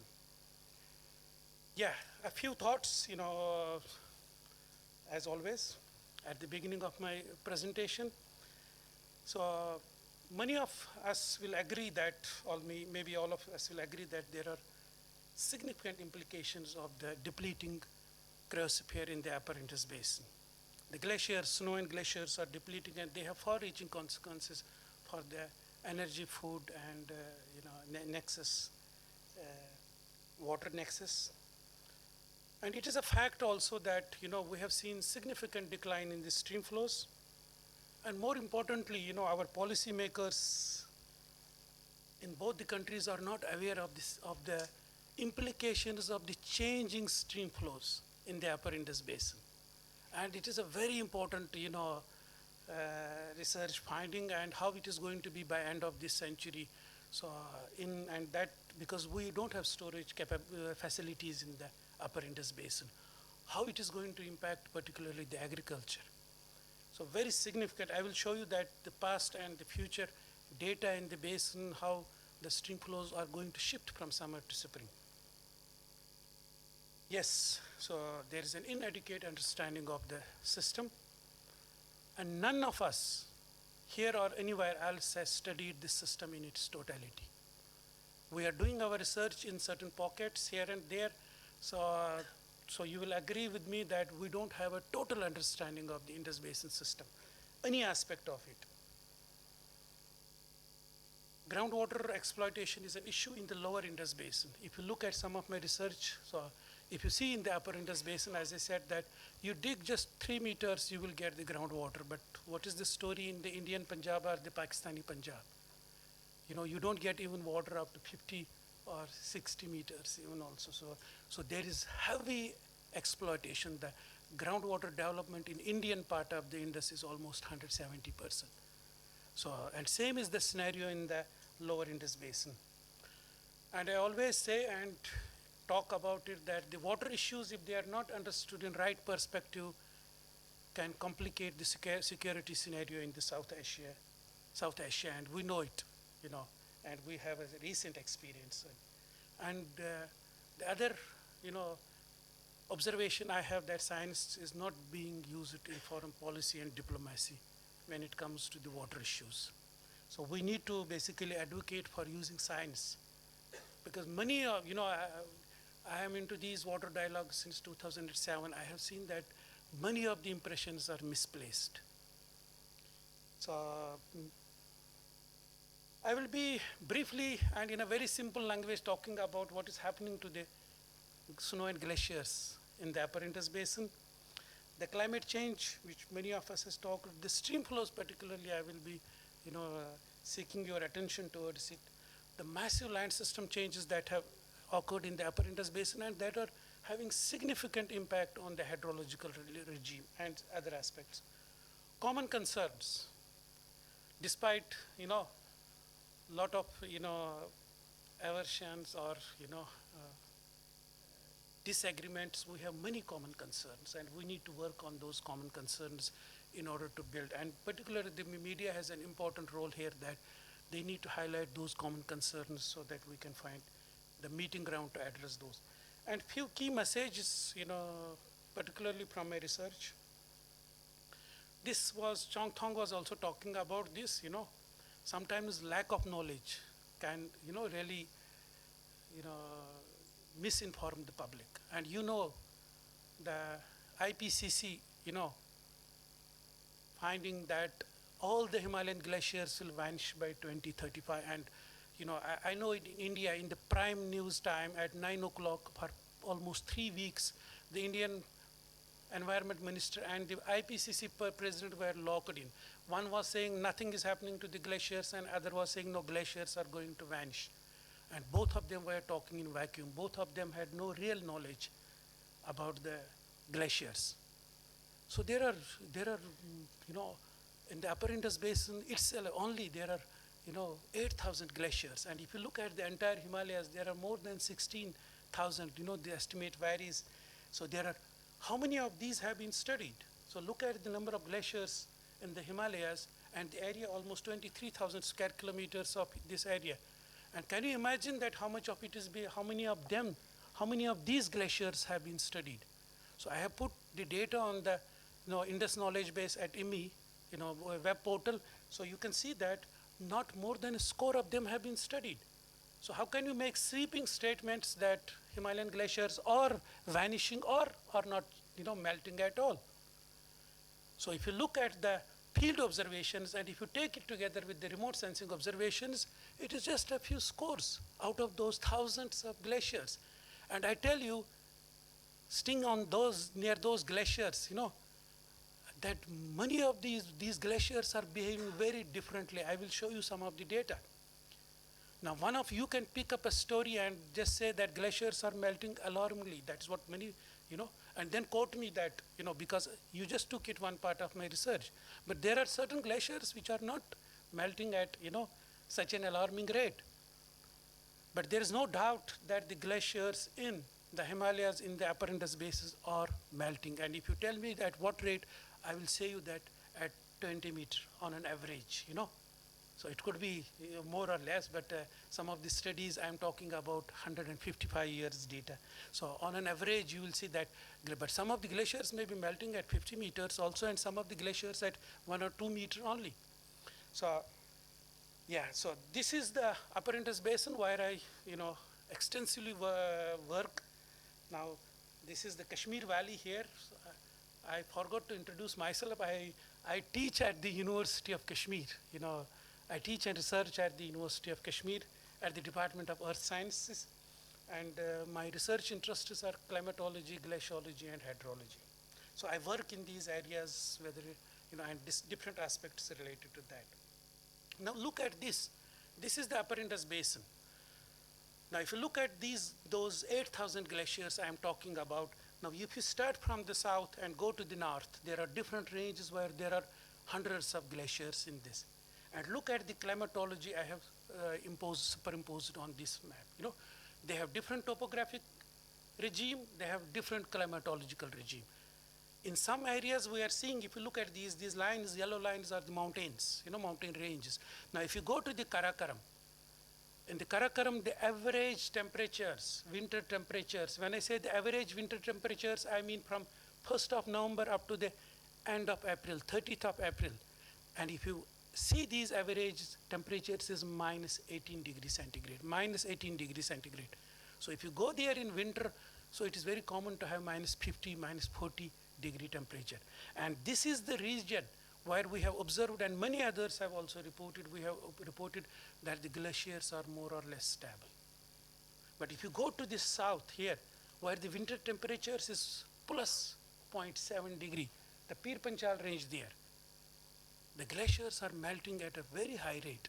And I have reported, out of the entire Himalayas, the rate of recession of the glaciers in these two ranges, Kashmir Valley is highest. And I have been investigating, I will show you some interesting results. I have been investigating what is the reason that the glaciers in these particular two ranges are, basically, we could say at an alarming rate. Highest reported loss of glaciers in these two ranges. Yeah, so in India we have, after this, sometimes lack of knowledge is also good, When this Jairam Ramesh and IPCC President Pachori were debating about the glaciers and what is happening to them, at the end of it, after 2 months, they realized that both of them were talking in vacuum and there is lack of knowledge. So Government of India, constituted many national missions on climate change, and out of those 7 missions, big funding for those missions, 2 missions are concentrating on the Himalayas. And I am a big beneficiary of that, those missions, particularly the National Mission on Climate Change on, sustaining the Himalayan ecosystems. So we started instrumenting these glaciers in different ranges. And so for the last 4 years we are, and of course I am in the glaciology since 90s. And you can see this, if you look at some of these, I know many of you it is difficult, but you can see the glaciers, mass. One of the indicators of the glacial loss is the mass, That is a more robust indicator than the area. So if you look at this Karakoram glacier, if you see, if you look at the last 8-10 years, so you can see almost half a meter.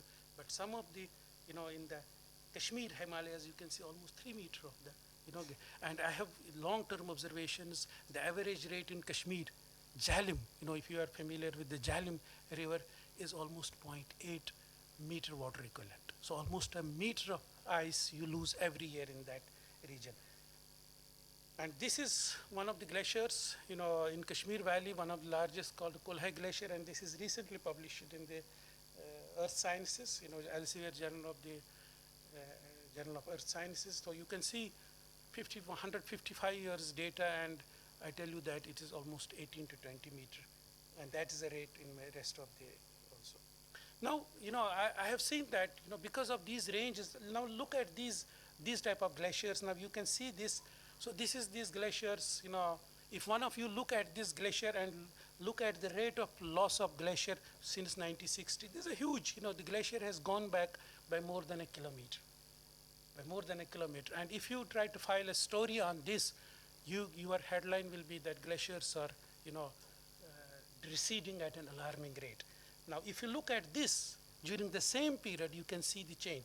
And if you look on this glacier is not changing at all. But I have been working on this glacier. This is a Kangresh glacier in the Zanskar Valley, in the Ladakh region. So it doesn't mean that this glacier is not losing the mass. I have seen that there is a significant decrease in the depth of this glacier, though the snout is not changing. So this is the controversy sometimes, one report says that glaciers are losing, one says at an alarming rate, and one says no, glaciers are very stable, or some will say that they are also increasing in mass.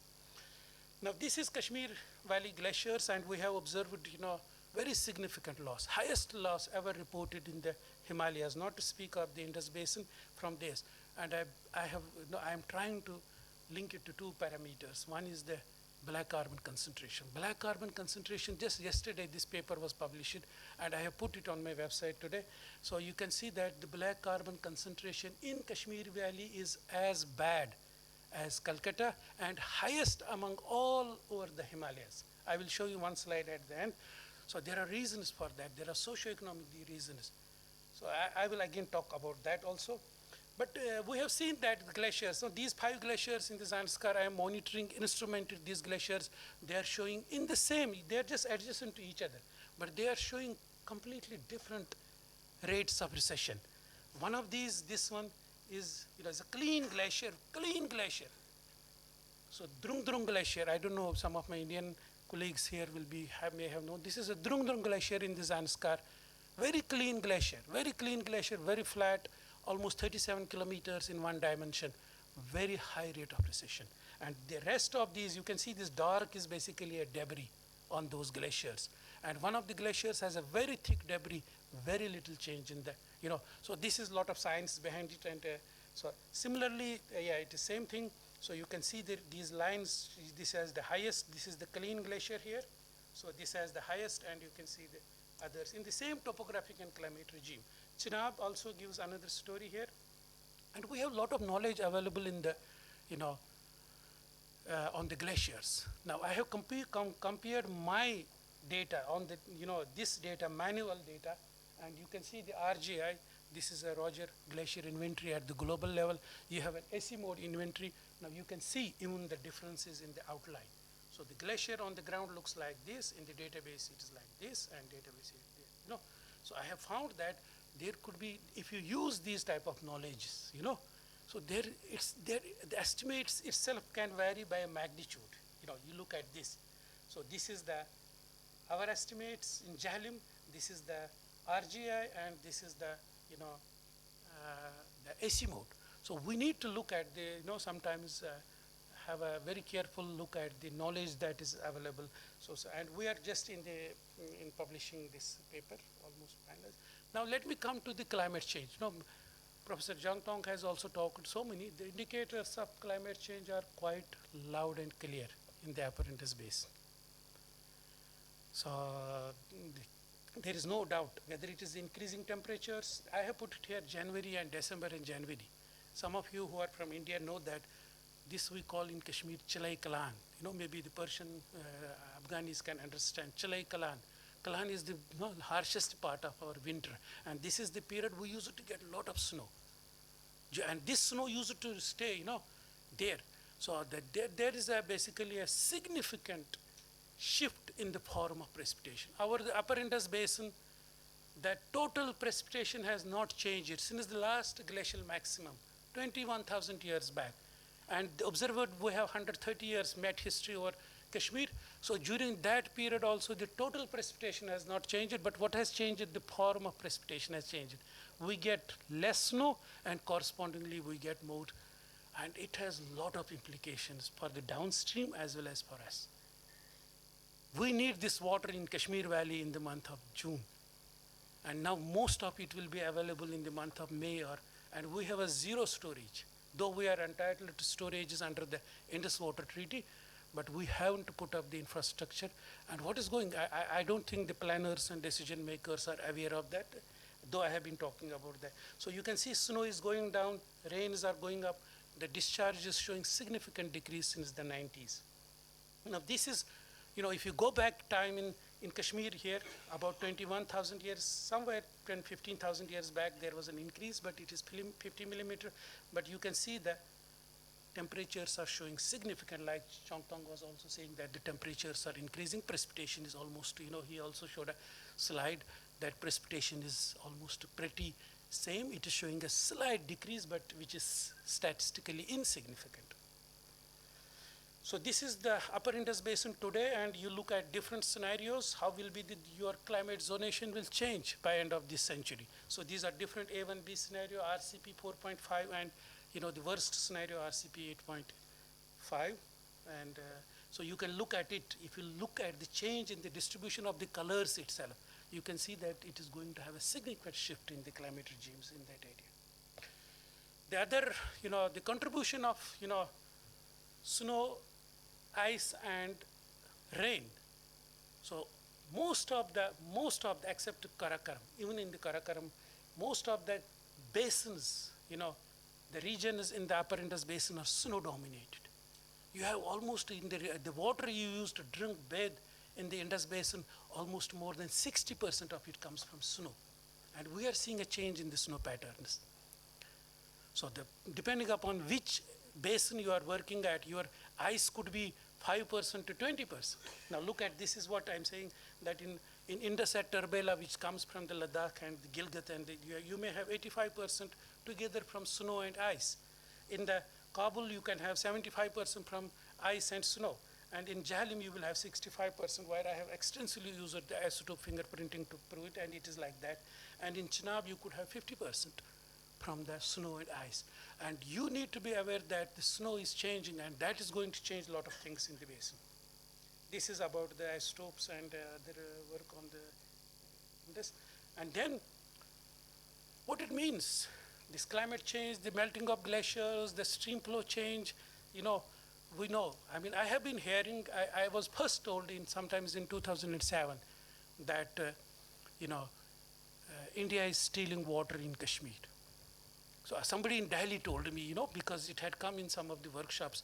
I said that, and they said Pakistani researcher had showed that there is a decline in the water. I said, I know this is fact. The data that I saw was true.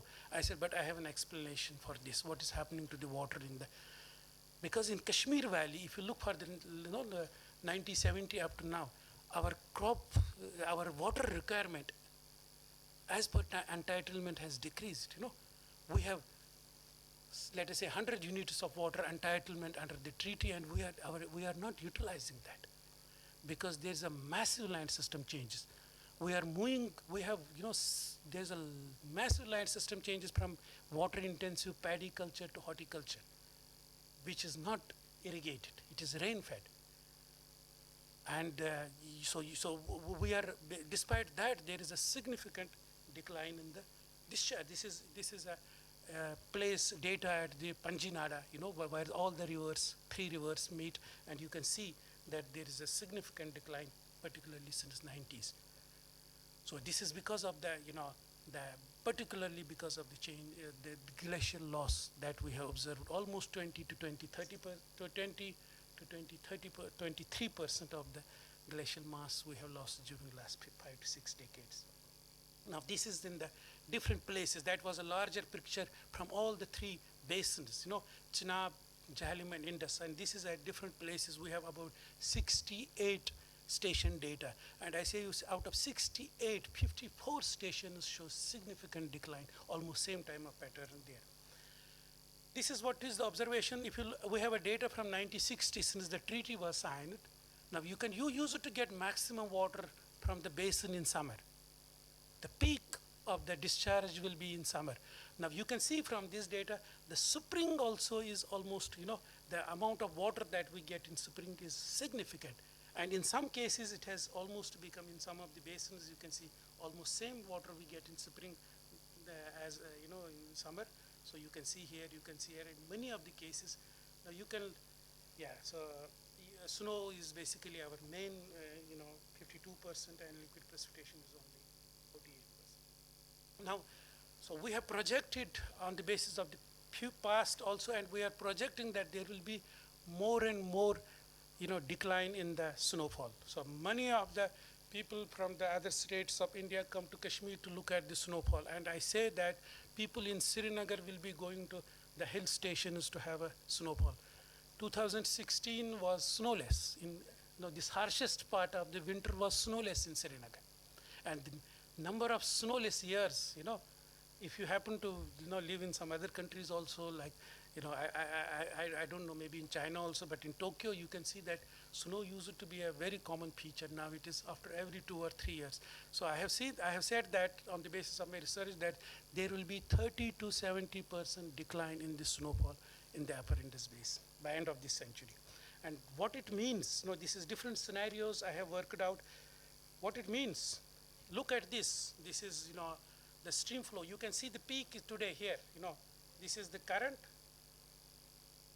This is the current peak here, and this is by the 2050, and this is by the 27. So you are seeing that the peak is moving towards the spring, and this is one of the scenarios here. Now you can see here. So you are seeing that you will have a peak by the end of this century. You will have a peak flow in the month of, April, mid of April. But I tell you, we don't need in Kashmir water in April. We start our sowing in the, in the month of June. By 21st of June, from 1st of June to 21st of June, and I don't have a single liter of water storage capability, though it is provided under the treaty. How do the planners look at it? I think media has a very important role. Sometimes the planners and decision makers don't understand this, but it is, we need, if we really want to gear up for this type of a scenario, from the observations 1960 up to now, and the future up to end of this century, so it is consistently showing that the peak is moving.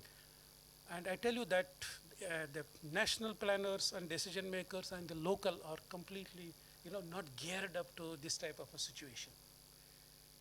There is a massive land system changes in Kashmir. This is a Kashmir Valley here. So a lot of lands, since 1972, I have just shown that almost 1,600 square kilometers of area. 1,600 square kilometers of area has been converted from water intensive paddy culture to the horticulture. Horticulture means fruit culture, apples, because why? It is not because of the climate change. I have projected the water demands of the Kashmir Valley. Even in Pakistan, you may be a water starved, water scarce area already, but even by 2050, we will have quite enough water. The per capita water that is available to us in Kashmir Valley, because all the three rivers, drain through our territory. So we will have enough water there. But people are shifting from water intensive paddy culture to horticulture because of economic reasons. As of today, it is 5 to 6 times more economic returns. And with the promotion of high density fruit, plants, it is going to be, you will see this rate of conversion of paddy to horticulture will almost triple in the next 10 years, because the government is promoting the horticulture because of economic reasons. So it is going to give you almost 10 times more economic reasons. When the government of India said that, when there was a Indus, this Indus Water Treaty impasse, when they said they will do this, they will do this, they will do this, I wrote a piece in the Economic Times. I said, you can't do this, you can't do this, you can't do this, in light of data. So you can't force, suppose we are not using the water as per our entitlement, but the economic reasons are so strong that you can't motivate people to use the water. So water has to flow, extra water has to flow. And you can't, treaty does not allow us the interbasin transfers and many other things. So this is a reality, and this is a question related to the food security. But people feel that, okay, they can buy, they can grow the horticulture and they can buy the, rice from, because it comes from other states of India at a very, so we already are 60% deficit in the rice. 60% of our rice comes from the rest of the Indian states. So they say, okay, even 100%, but we will have 6 to 8, we have already 6 times more economics, we can have 10 times. So, and you can look at this is a water, where most of our glaciers are concentrated, where most of our glaciers, now you can see this, now these are 2 colors, agriculture and horticulture. This is in 1980, look at this, the blue is growing, And if you go into this region, this is Indus Basin, and I think that many of my Indian colleagues know that when we go to the Amarnath, Holy Amarnath cave, so it is that area. So you see left and right waters, gushing waters. But people are shifting to the horticulture. So it is not because of climate change. And look at this. This is what I was going to talk to you. This is the black carbon in Kashmir, and look at the other Himalayan, all across the Himalaya. Quite significantly. What is the reason? What is the reason that black carbon concentration is very high in the Kashmir Valley? Primarily 2 reasons. One is this massive transformation of paddy culture to horticulture. In the autumn, we need to prune these trees. And there's a massive, areas under this horticulture, and people burn it in autumn. Number 1. Number 2 is that in winter we have sub-zero temperatures, so we burn a lot of wood and coke, coal, for the heating our offices. So every office will have a coal type of a bukhari. Every house will have a hammam and wire. So this particularly during the autumn and winter, and you have many many occasions when the flights from Delhi don't land in, every year I'm a victim of at least 5-6 days where I have to, because the flights will not because of the fog conditions. And the other, changes that are taking place in the hydrology regime is the wetlands. Kashmir is, you look from outside, you think it is very mountains. But if you go into the valley, it is, very flat, practically very flat. From south to north, the gradient is just 10 meters. 10 meters difference over almost 100 kilometers. Very flat, but on the sides you have mountains. So it is like a valley. And we had a lot of wetlands. So traditionally, Kashmir was prone to the floods, historically. We had 2014 floods. I don't know, some of you may have memories of that flood. So it was, 120,000 cusecs flood with an estimated damage of 1 trillion Indian rupees. And these wetlands, these hundreds of wetlands on the left and right of Jhelum have been colonized, converted into the urban colonies. I was talking to somebody yesterday that in our part of the subcontinent, the wetlands are treated as wastelands. Wherever there is a requirement for the land, so just fill up these wetlands, and so that has impacted the hydrology. And this is the largest lake, Wular Lake, on the Jhelum. Now you can look, it is 100 years history. See how it was in 1901 and where is it now? This is the largest flood storage basin. So this was the single most important factor for the flooding of the Srinagar. Srinagar had 19 feet of waters. The central business district, the city, 19 feet of water it had, because this storage, largest storage, did not allow the water to enter. It just pushed back the waters to the city. So you can see this almost 19, in the central, you can see this red is almost 19 feet of snow. And groundwater, we talk a lot about groundwater, and I know I'm very much aware of the groundwater depletion. Go to the Indus Basin, and I have projected by end of this, middle of this century, we will have not, so groundwater is not changing there. In Srinagar city, if you just dig, I will say a meter, you get a groundwater. And by middle of this century also, you will not have a problem. But in many other downstream, particularly in the lower Indus Basin, groundwater is a big problem. I think let's have some messages, from here. I think there's a considerable variability, even within the upper Indus Basin. I was showing you those different ranges. There's a considerable variability in climate change, its impacts over the basin. Yeah, so many of my researchers, colleagues also showed it and have been showing it that the future projections for temperature will keep on increasing, and there will be a shift in the peak runoff. They almost show many, particularly the temperature increase. And precipitation projects are highly uncertain. So we have almost precipitation is not changing, but if you look at the future projections, there is a lot of uncertainty in that. Glaciers in each basin show a very peculiar response, hence has its own hydrological regime. So you can't basically paint all the upper Indus Basin in one sentence or that. So glaciers in Karakoram are not changing much, are stable, but in somewhere they are. Historical flows of all the rivers are showing a significant decline, and there are, if you ask me how much water is stored there in those glaciers, I have no idea.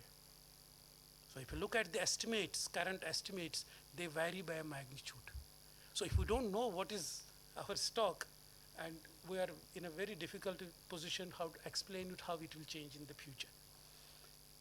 So there are speculative estimates and changing in the form of precipitation. This is a very significant, observation that the form of precipitation is changing. So you have less contribution from the snow, and it is going to impact the hydrological regime. Yeah, so recently, there have been efforts to strengthen the observation networks in that, but overall, even now, you will see that the observations are not there, very few.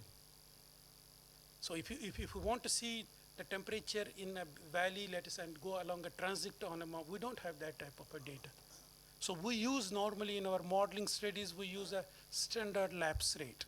How will the temperature decrease, or how will the precipitation decrease along a gradient? But there was last year a paper in the Nature where it said that the precipitation on the mountain could be 2 to 3 times more than on the, you have measured it on the basis of, that also creates a lot of uncertainty. And there's a need to basically put investment into the observation networks in the basin. Yeah, additional storages are very important, not only for the upper Indus Basin, even for the lower Indus Basin. A lot of people have been complaining about the floods. They don't get the, information about the floods. I think that is very important. I think this is one of the, areas where we need to cooperate and where we find it very easy to, should find it very easy to, cooperate. Groundwater situation in the lower Indus Basin is, as I said, that our water, usage as per the entitlement is, less. So we are releasing more water because we don't need it. Yeah, I believe that, and I have written about it in so many ways, that Indus water has endured various stresses over the time, and the current impasse would also be overcome. So the noises here and there, is okay, maybe have some political dimensions, but I think this treaty will keep on going. However, we should be very open. I don't, want to say that there is a need to review the treaty. No, I think Pakistan is very happy with it. India is very happy with it. I feel, being part of these dialogues since 2007, all the forums, So there is a realization in Pakistan that they can't have a better treaty, and the India also is more or less, happy with it. And but however, when this treaty was signed, there are many things that were not, really talked about this. And I wrote a report in this, River Basin Common Concerns and Roadmap. You can Google it and you can get it. Okay. So I have been asked. Yeah, this is the last slide. So despite, I said some disagreements, so climate change is one of our common concern and its impacts. Shrinking cryosphere and depleting, when the treaty was signed, if you just try to search for a climate change word, it is not there. If you try to look at the, search for a groundwater, it was not there. If you like to look for the environmental flows, so these are the concerns that, that have recently depleting groundwater resources. The water quality, there's at one place in the treaty, there is a mention of the, water quality. And it is left to the two countries to, to maintain and improve the water quality. There's nothing mandatory on it. Both of us, all the basin countries are inefficiently using the water. How to efficiently use, we need to know, learn from some countries like Israel and maybe some other countries. Flood vulnerability, as I said that, at the floods, we need to cooperate and have certain mechanism where we can real time, access and share the data. Efficient data sharing and environmental flows. Environmental flows is not only a concern of the Pakistan. Even in India, we are so much concerned about the environmental flows. So if we are concerned in, let us say, in Ganges or in Brahmaputra about the, environmental flows, and if the Supreme Court of India has banned, certain hydropower projects because of the environment, so I am equally concerned in the Indus also that we need to basically prescribe certain, best estimates for the environmental flows. Thank you very much for your attention. We'll take questions after Dr. Arif's presentation. But thank you so much. Thank you, Professor Omshu. Dr. Arif, if you could.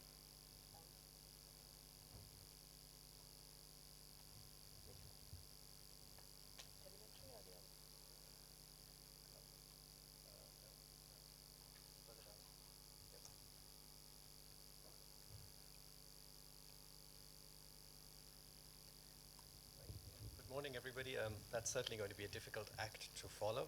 And you've seen, well, this is your fourth PowerPoint presentation.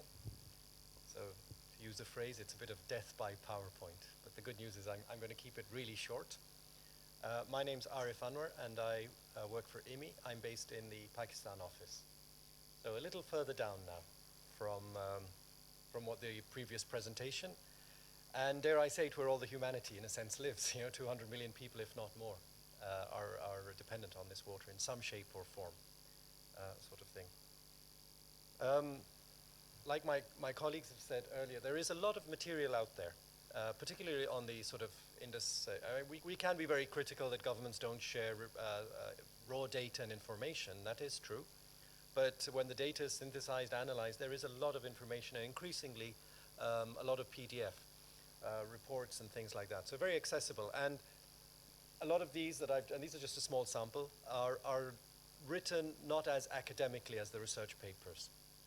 So you can get quite a lot of information from these kind of reports. And the material I'm presenting is going to be sort of from these reports rather than from research reports. So the graphics are more colorful, and the language and there aren't differential equations and all that sort of stuff in these kind of reports. We've already heard, let me bring that one up as well. There are not only those reports, but there are sort of legal documents within which all this sort of issues around water exist. We've heard the Indus Water Treaty. This goes back to 1960. And I think Dr. Shakil was really quite right that there was a particular type of thinking in the 1960s that has led to that. In a sense, I like to use the word, as I'm a civil engineer, by first degree at least, I describe myself as a research degree. So I use the word technology, for want of a better word. There was a particular technology that even negotiators use towards treaties and all. And it is very much around dividing the resource. And that's essentially what the Indus Water Treaty did. It divided the resource, a number of rivers one way and another number of rivers the other way. Fast forward to 1991, this is the agreement, similar sort of agreement, of dividing water between the provinces in Pakistan. India doesn't have something quite comparable, and Pakistan's often very proud of this achievement. It's quite significant because it's a very, very contentious issue, even between provinces. It's not just between countries, Afghanistan, Pakistan, India, Afghanistan, Iran. It's controversial even within a province. But interestingly enough, in a sense, the technology, for want of a better word, of the Indus Water Treaty and the apportionment is the same. It's about dividing the water. And the treaty on the Helmand River is exactly the same as well. It's about dividing the water. So it's always about dividing the water resource. We haven't, within this entire region, been able to move forward. And the few academics and everything that are looking at the Afghanistan-Pakistan issue are thinking along the same lines. And it gets difficult, even within Pakistan, because you get this conversation, and you kind of heard it earlier. If you start dividing the water, then immediately you get into this position, I haven't used my share of water, rather than I haven't benefited from the water, because you can benefit. For Afghanistan and even northern Pakistan, they may simply not have the land, or if you shift to horticulture rather than you don't actually need to use all that water, but you want to benefit from it. Afghanistan may benefit more from generating hydropower than from actually using the water. Punjab may benefit more from using the water because it's got the climate and the land. And so our thinking in the entire basin hasn't really shifted, unfortunately. Dividing the water is easy. So the Indus Water Treaty, it's physically 2 rivers this way, 3 rivers that way. The interprovincial of Pakistan, a little more difficult because we have 1 river essentially, the Indus. So within the Indus, we divide it by proportions and sort of thing. Pakistan has a draft national water policy. India has a water policy, so they've got one up us against Pakistan on that one. But nonetheless, it is beginning to form the framework, and they're looking at provincial. And then I just put this website. This is a colonial law, goes back to 1873. India has something similar, and that dictates water within irrigation systems. So there's a whole legal framework within which you have to operate. And then, to add to our complications, the geopolitical. You've got this whole region up here where even the boundaries are disputed. So these treaties are across boundaries that are disputed between India and Pakistan, India and China. On the western one, we've got a strong red line there, but that's the Durand line. And it somehow has become an international border. Now, maybe the world accepts it as an international border, but there are people who live there who still don't accept it as an international border. It was called the Durand line for a reason. Somebody put a line on a map at the time. And that is causing huge challenges. Over there, every day we've got accusations of, there are sort of base camps of certain types of people on that side and on the other side. So the geopolitics are very complicated, and now often the disputes sort of go both ways. And if you have to resolve water issues, they have to be resolved within that context. And that's what makes it very, very complicated. So these are, you've seen this map before, just to highlight the basin as a whole, the Indus Basin, without the boundaries or with the emphasis on the rivers and this division of the rivers. It is a very large basin, around 50% of it in Pakistan, 39% in India, and you've heard already some 7 or 8% in China and Afghanistan. Afghanistan mainly being the Kabul River basin. As an average, huge spatial variation because of the altitudes and things like that. But when you start to average it out, the amount of precipitation is far less, and that's why we've got this large, far less than the crop requirements, the evapotranspiration. That's why you've got these large, very dependent irrigation systems. Very, very dependent. So if you want to move things around, you've got this huge legacy issue to deal with. You can't simply, it's not a blank slate. You can't simply start taking out things. The irrigation, I think it is a Sakar barrage, if I'm not mistaken, has the largest irrigated area of all barrages in Pakistan. So it's quite significant. And then look at the number of the humanity that lives in this basin. 300 million. I think Pakistan is projected to be what, the 6th most populous country? So there's a huge humanity. The last bullet point, just to emphasize, this is of the Indus Basin, not that Pakistan uses more water than India. India is a much, much larger country, both by population and by area and by water resource. But so we're talking about the Indus Basin. At the moment, certainly within Pakistan, most of the water, or for all intents and purposes, is used for agriculture. And whether by design, as we've heard, or by accident, that agriculture is going to have to shift in some shape or form, whether it's more efficient or you move to horticulture and you start buying rice and other cereals, or whether it's people moving out of agriculture. The reality is that given how Pakistan's population is growing, keeping that volume of people in agriculture is essentially going to lead to a vast amount of underemployment, for want of a better word. They're going to force and try and extract a living from that sort of thing. But right now, that irrigated agriculture plays a huge part of Pakistan's economy and its labor employment and so on and so forth. As a GDP, though, it's already decreasing. And it'll probably continue to. The service sector, even in Pakistan, is taking off.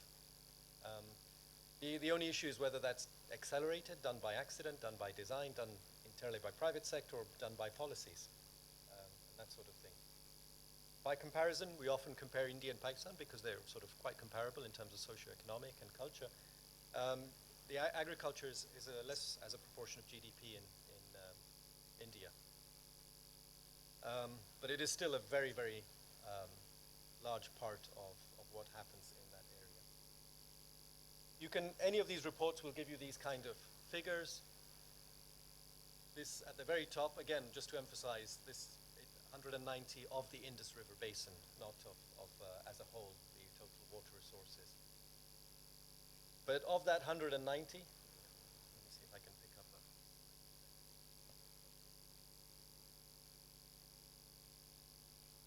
If you look at what Pakistan is using, 180, 184, the entire water resource is already expended.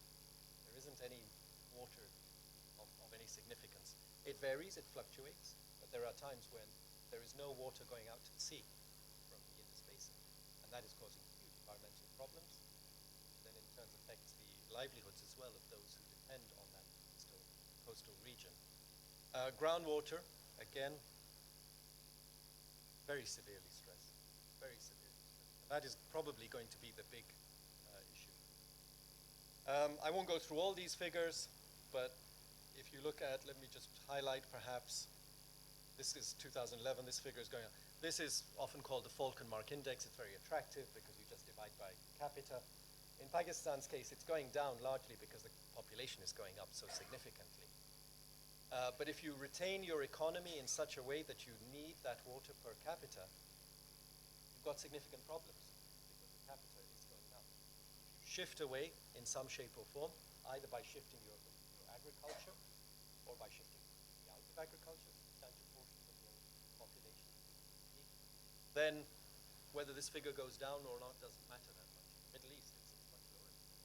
Israel, California, for instance, has kind of used up its But as you would say, start making Apple, iPhones, Googles, Microsoft before you start running out of water.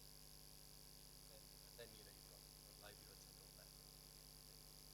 The way that it's manifesting itself, what you will see as symptoms of this issue of water management, will be around, for example, it'll probably start in Pakistan in water in cities. That's where you'll start to see the problems. That's where it'll start to show itself most acutely. And coming back to this issue of legacy, we've committed so much of our water to agriculture that we really, even within Pakistan, forget with India or Afghanistan, are finding it so difficult to shift water. Our capital city, Islamabad, needs relatively modest amounts of water when you compare it to agriculture. It's taken 12 years to negotiate some water for Islamabad. And even then, it's still not decided fully. 12 years. And it's a tiny fraction of the total amount of water. That's how difficult it is because of the legacy. Because you go anywhere and they say, well, hang on a minute, I need this water for irrigation and I can't reduce that water. So some serious challenges there. But there are, some very good news here, significant, and this shows what we can achieve. We've heard of, the issues in Afghanistan. In Pakistan and India, there's still a long way to go. But in terms of improved drinking water, there's been huge progress. Because there's been a huge commitment to make those changes. So, and this is by design. This is largely led by the MDG. It shows that if there is commitment behind these kind of things, you can see change. Groundwater, and I'm coming to the end, it's all red, and that is because of the stress on the groundwater. That is probably going to be and it's not just the volumes, it's the quality. It's going to be the biggest major part. That's where it's going to show itself. That's where it's going to appear. It's going to be the symptoms, not really the cause. It's going to be the symptoms. That's what you will see, and the stress in cities and so on. And it breaks down very quickly into social problems. For those of us who live in Pakistan, we face power outages all the time. I mean, it was 10, 12, 14 hours a day. And that's quite a lot in a country where it goes to 42 degrees, 44 degrees Celsius. But the issue with power is that you have what is called substitution products. And it's amazing, I think, in Pakistan, with solar panels and battery technology, inverter technology, that people seem to manage. Because you can substitute it. What do you substitute water with? What's the substitution product for water? There is none. And that's the challenge. We've seen it with cars. Cars in Pakistan switched from petrol to diesel, from diesel to compressed natural gas. From compressed natural gas, they go back to petrol, and then they're now moving to hybrid. So you get this substitution. What do you substitute water with? And not necessarily a direct cause of groundwater depletion, but because of the power outages in Karachi, there was a problem with drinking water, and it immediately breaks up into riots. That's the real challenge. So, just to conclude my reflection, we are doing things, but probably not enough. Look at how our population is growing. Even if it stabilizes by about 2050, urbanization is a big challenge. Karachi, Lahore are growing at twice the national population growth rate. So the population in its own right, but the urbanization is a huge change. Climate change is probably just going to be enough to tip it over. So compared to possibly the population, it might be less significant, but it'll tip it over, sort of thing. We're mining land.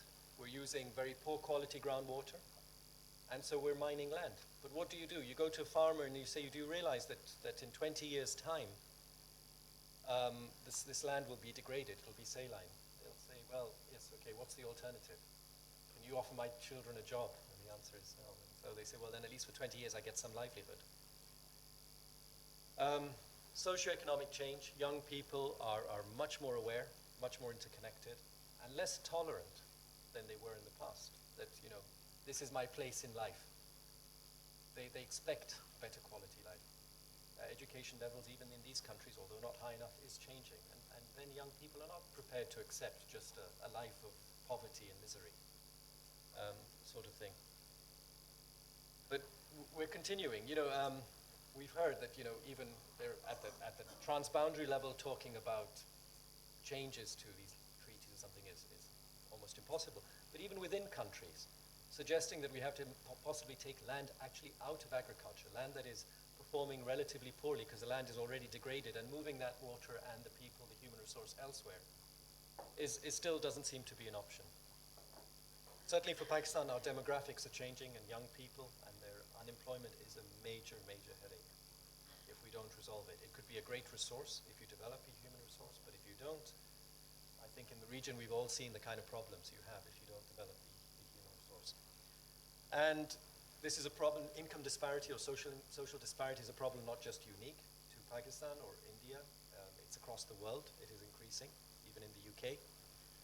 But if you have the people at the lowest rung supported so that they still can access reasonable health care, social care, schooling, and so on and so forth, maybe income disparity is not that visible. But when you've got some people who can barely find food, let alone go to school or go get access to health care, and then you have others who seem to be burning that amount of money in just a single day in an SUV, you've got some serious other challenges as well. So, a long way to go, I suppose. Thank you.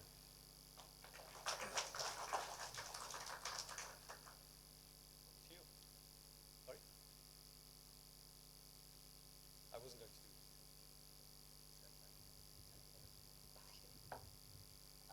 So shall we go straight to the, yeah? So we'll straight away go to the next segment where we have Laurie who's facilitating, and the floor is open for questions. I'll hand it over to Laurie. Just to say that questions need not be only to the four experts who are present. Yeah, there are other experts in that the Laurie room will right. Okay. Hello, my name is Laurie Vasily, and I'm here representing EasyMode. I'm the head of knowledge management and communications at EasyMode. We're very happy to be part of this gathering. We have an hour for all of your questions, for as many as your questions as you can fit into an hour. Of course, the rest of the day also is available for you to ask questions of experts in the room. I wanted to ensure beyond the four presenters who had just presented that you come to know who the other experts in the room are. So I'll just quickly introduce them, and as I introduce you, if you wouldn't mind just waving your hand or standing up so we know where you are. Along with Naim Ekrar, who gave the presentation on Afghanistan, we also have Dr. Jiang Tong, who gave the presentation on China. Dr. Su Buddha, who is also here from China. Could you let us know where you, yes? Oh, she's just stepped out, okay. Yin Yi Zhao from the National Climactic Center, also from China.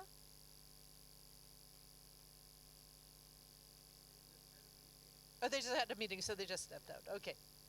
So we also have Tian Li from the China Academy of Sciences. Yes, thank you. Dr. Yi Shaoling from EasyMode, also from China. And we have Dr. Shakil from India, who gave the India presentation. Senator Nisar Memon from Pakistan. And Dr. Arif Anwar gave the presentation from Pakistan. Also, we have Seymond Haugland from NORAD, who's here at the front table. We have Dr. Anamika Barua from IIT Guwahati. We have experts here from IWMI, who I think some of whom have introduced themselves. Dr. Alan Nicol, Dr. Alok Sika. So these are some of the experts who are here in the room. And we're hoping that we can spend this hour generating some questions and answering your questions. It's quite an impressive array of experts we have here to share with us. So coming out of those presentations or in reference to anything related to the Indus Basin that our media colleagues are interested in clarifying or understanding in greater depth, are there any questions from our media colleagues for our experts? Yes.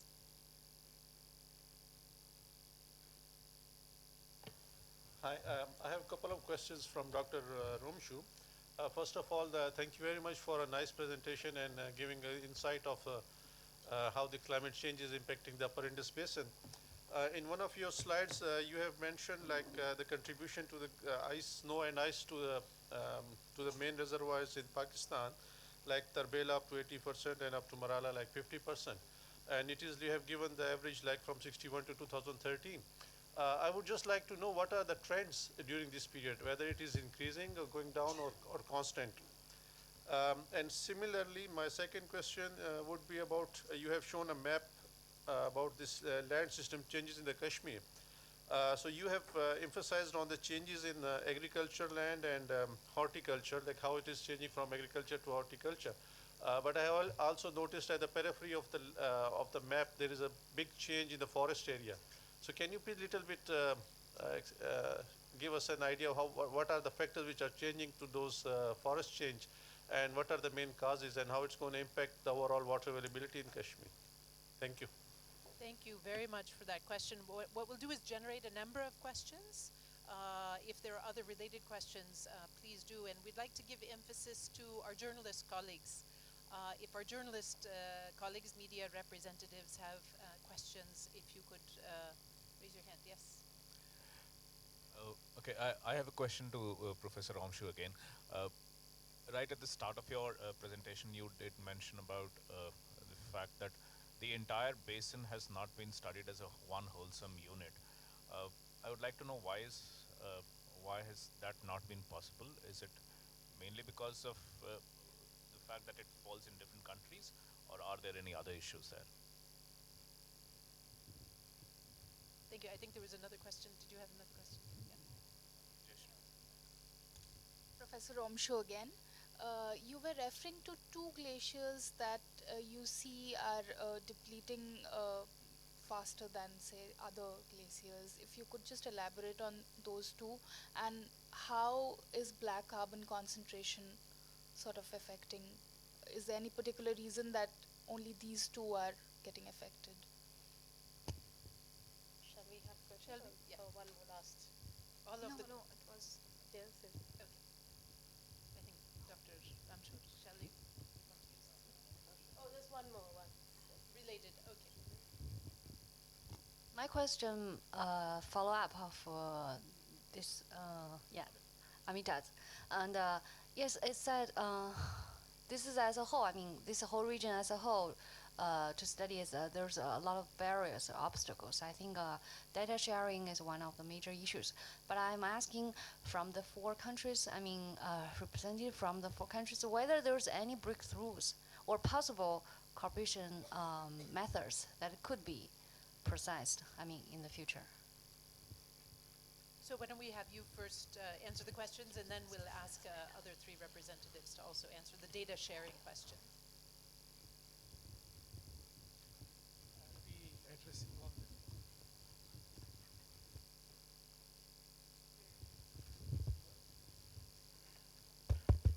okay. So there are three, I mean, there are questions which could be grouped into, but from 3 or 4 people. Now, one is about the stream flow partitioning that you were talking about. How much is the contribution from snow, ice, and rain, and whether it has been changing over a period of time. So, yes, I showed the data also.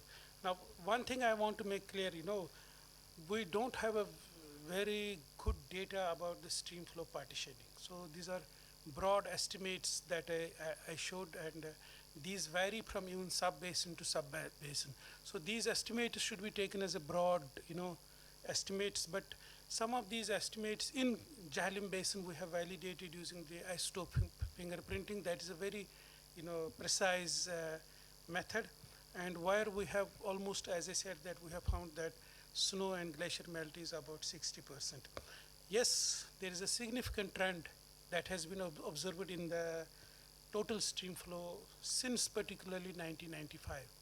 And not only the, the data I was showing you is at a place called Panjnada in Pakistan.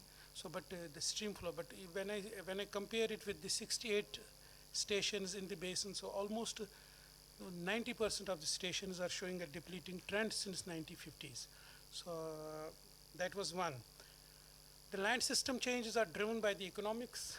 not by the depleting stream flows, because upper Indus Basin still we have a lot of, and yes, that is a good observation that the forest cover has decreased a lot, and in the Kashmir. So we somewhere in 60s used to have 56% of our area in the Kashmir under the, in that, if you look at in that map under the forest cover, but it has shown a significant depletion loss, particularly during the 1990s, when the insurgency in the Kashmir started. So after that, there has been a lot of vandalization by different actors in that, and even the government has been part of it. So that, I think, answers your three questions.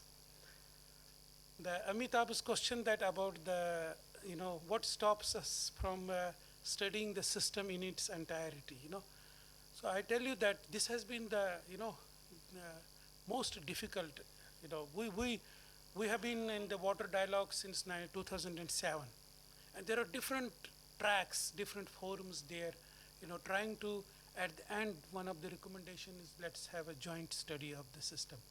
The reason that we have not been able to study is, so there are institutes in Pakistan, there are institutes in other countries, and there are institutes in India that have been working on, in their own areas because of the difficult, relations that we have, in the region, particularly between India and Pakistan. That's a fact. So we have not been able to form the research groups or the networks that could look at the system, in an integrated way. I think only one of these initiatives, that is the Indus Forum, has made a headway, has come up with a joint research proposal, and which we have been for the last almost 1.5 years now discussing, and have already a draft of that.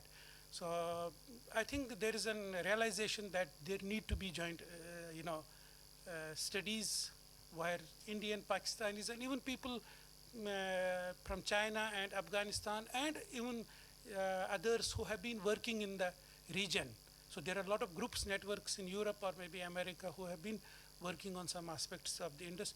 So they need to be, brought together on a one platform.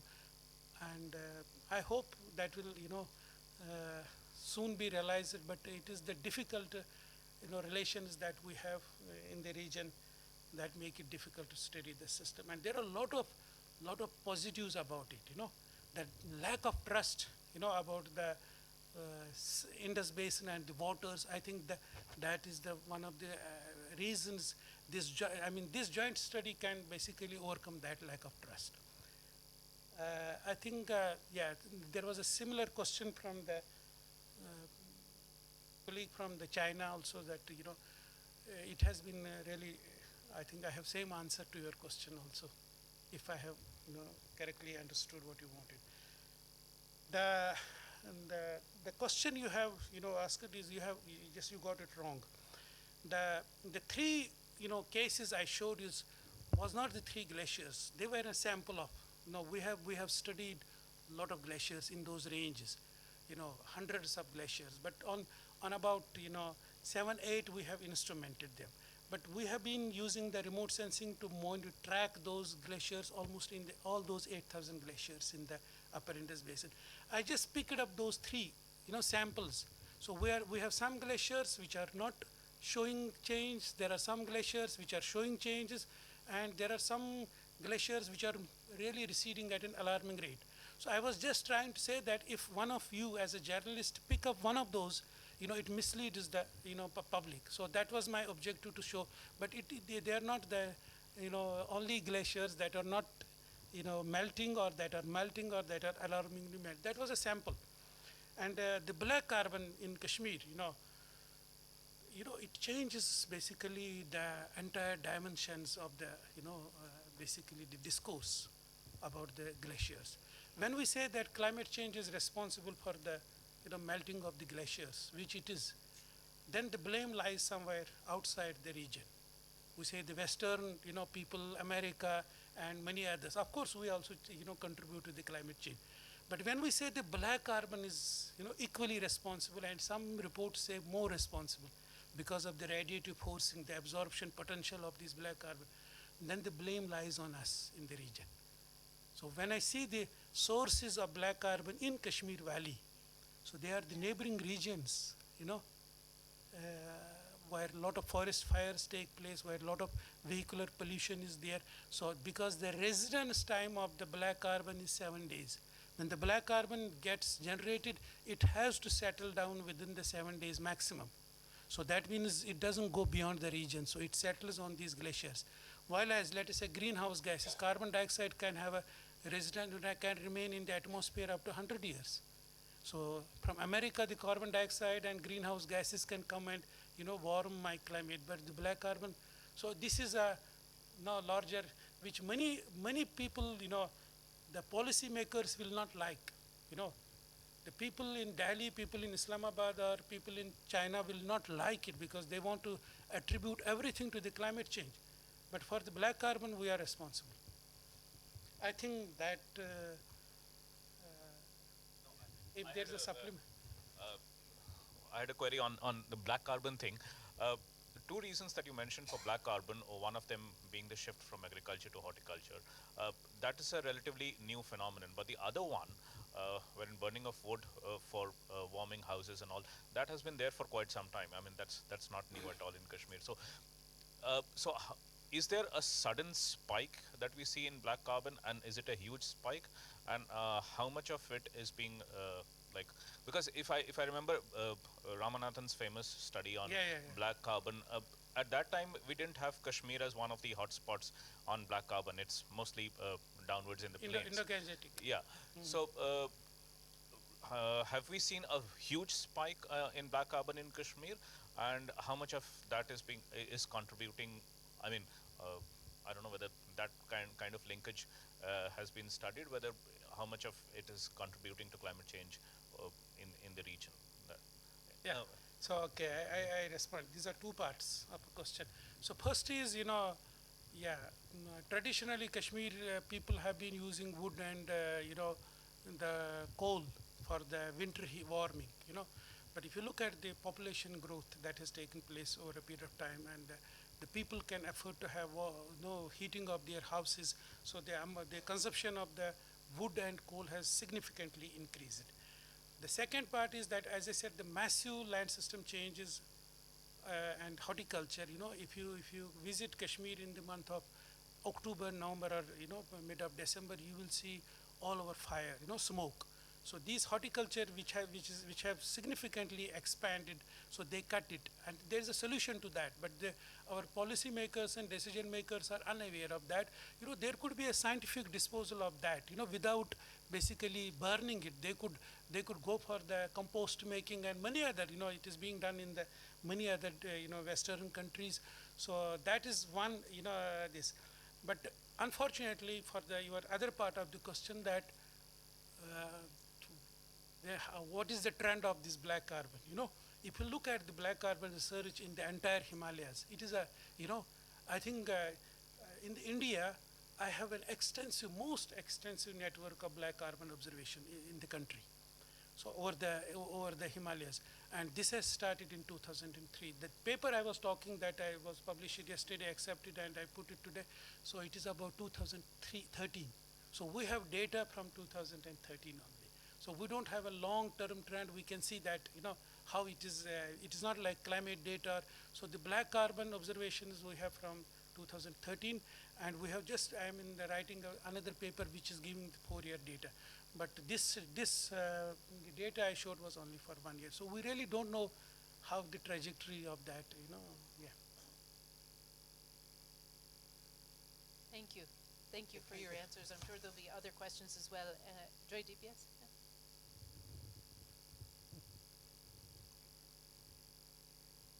I have two questions, and the first one goes to all the glaciologists in the room. As journalists writing about glaciers receding, we get various kinds of data in various formats. One is about the snout receding, one is about thinning, and one is about mass balance.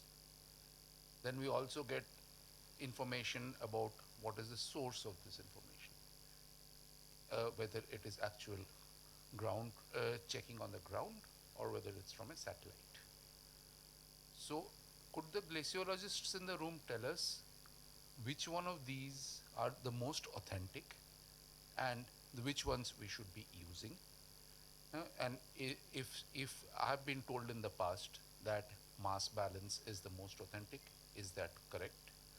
And if so, is there any way of getting mass balance data from satellite? Because otherwise I can see that there are very few mass balance studies in the mountains, whether it's this basin or any other part of the Himalayas. That's my first question. I'll come to the second one after I get a response to this. Thank you, Joydeep. I think, an important question about data quality and cross-checking information. Perhaps we'll just have a quick answer. Yes. Oh, yeah. Okay, yes. Sure. Last year I had done a story about how Indus Water Treaty needs to be expanded, and two basin countries which are not part of it right now can be, included in that. So my question is related to this thing.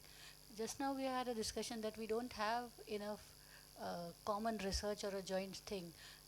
Will IC mode or IWMI be able to put in a common template so that at least whatever research that is going on in 4 countries comes on a similar lines, so the common template can be formed?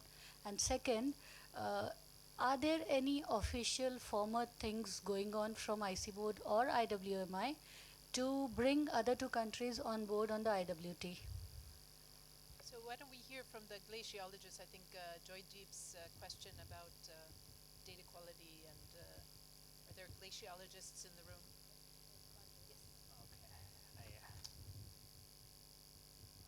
Okay. About the glacial mass balance observation in the high elevation, there are many people doing by the make sticks we measured, but so far that we only measure for few glaciers, and for the larger quality of glaciers, we still get mass balance data by remote sensings.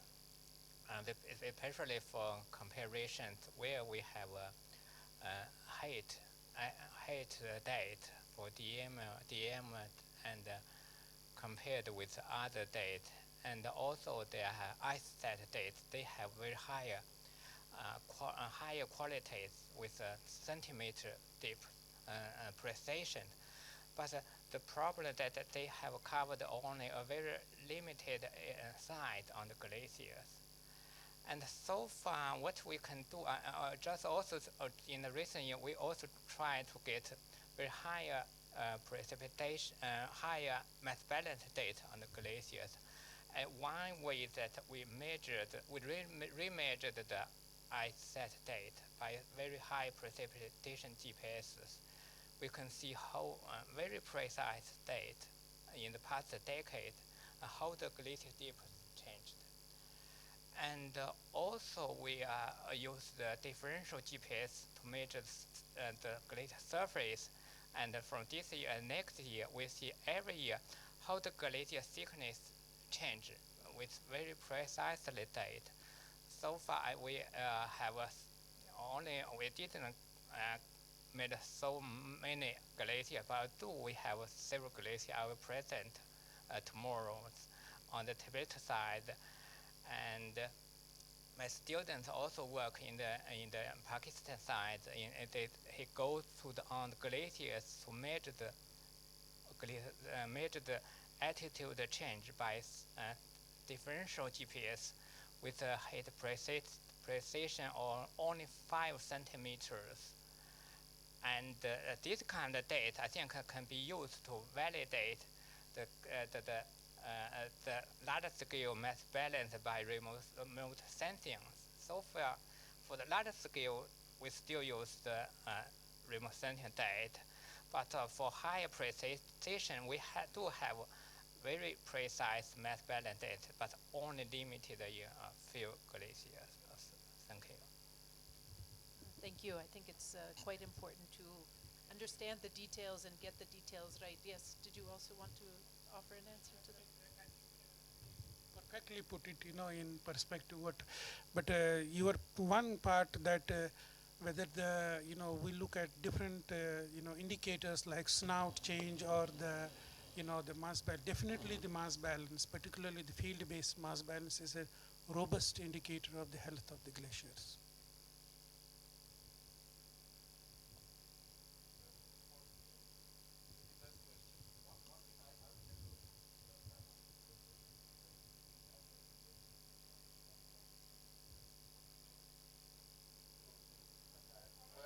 But more than that, maybe me and Simon want to ask.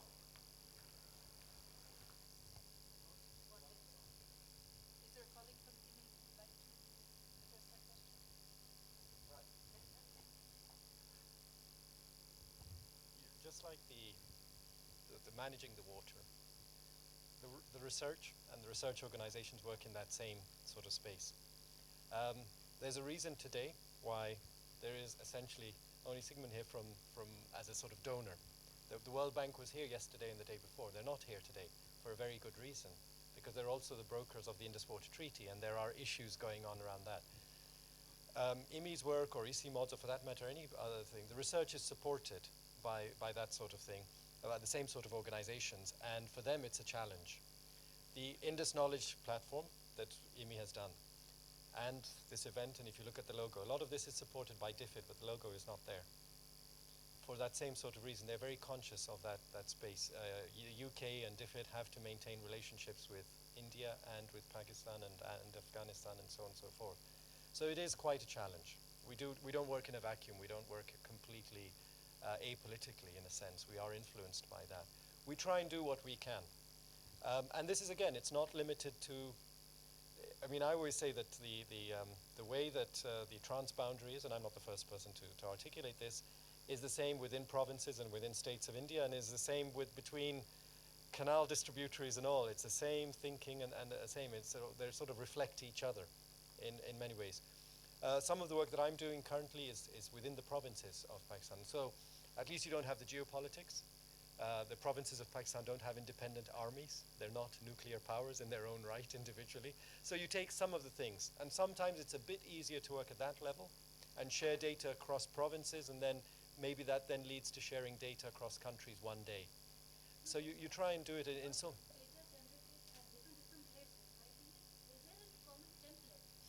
Well,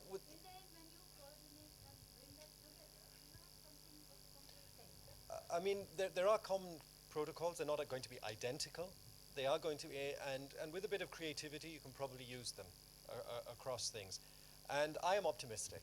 I'm optimistic because the technology is changing. Remote sensing and all is becoming increasingly more accurate. I'm optimistic because field level measurements are becoming less expensive. Gadgets and devices and all, they're just by advances in technologies and all. So they are becoming more accessible. Whereas in the past, it would only be large government institutions that could afford a lot of equipment. Now, other organizations can. And then sharing it is becoming much, much easier, from just informally emailing it to putting up websites and things like that. So I am optimistic for the future that it will become easier and better. And the thing that gives me the most hope is that, and that this applies to quite a lot of people in this room, whether it's India or Pakistan, we are now second generation post-partition sort of thing. And so we're leaving a lot of the legacy behind. The legacy of partition, the legacy of wars. I think we all recognize that that is not the future. The future is through dialogue. And that gives me a lot of hope and optimism. What Arif has, I agree with what all he has said, that if you take it that way, Indus Knowledge Portal, which is as a part of this entire exercise, is beginning in the right direction. So let's move step by step, and that provides us an opportunity where what all is available or sitting in a different forms, we can try and harmonize it together. Because maybe harmonization of information as it's sitting in a disparate form is a starting point. So a starting has been made, and rest all, as Arif has mentioned, that's a long way to go.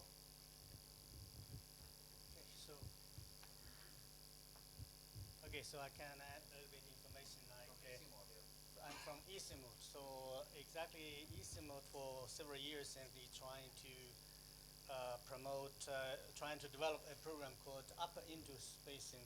I think with the Pakistan partners, also our Indian partners, Chinese and Afghan partners. So the objective, I think, for this one exactly like to bring people together, to generate some information, and also to develop a kind of regional database to here.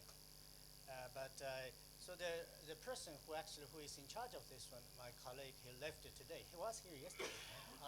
Arun was the one who was in charge of this one. But by my information, this also has just started. In the past many years, it's just mostly it's like kind of developing that program. But I think they are moving forward now. So the idea, the objective was to develop a regional database, as what you said. So some data can be put there in a kind of template which common to yeah. Let me just add another thing, like what Professor Ramshu mentioned about that the Indus Forum. No, in the Indus Forum, that's more from the scientific and research point of view. There are different work packages, and I think if the time permits, perhaps we can go into the details. And that's definitely a beginning towards the joint research proposals, in a sense that on the same work packages with the similar objectives, you can work across the basin. So that's another initiative if it comes forward.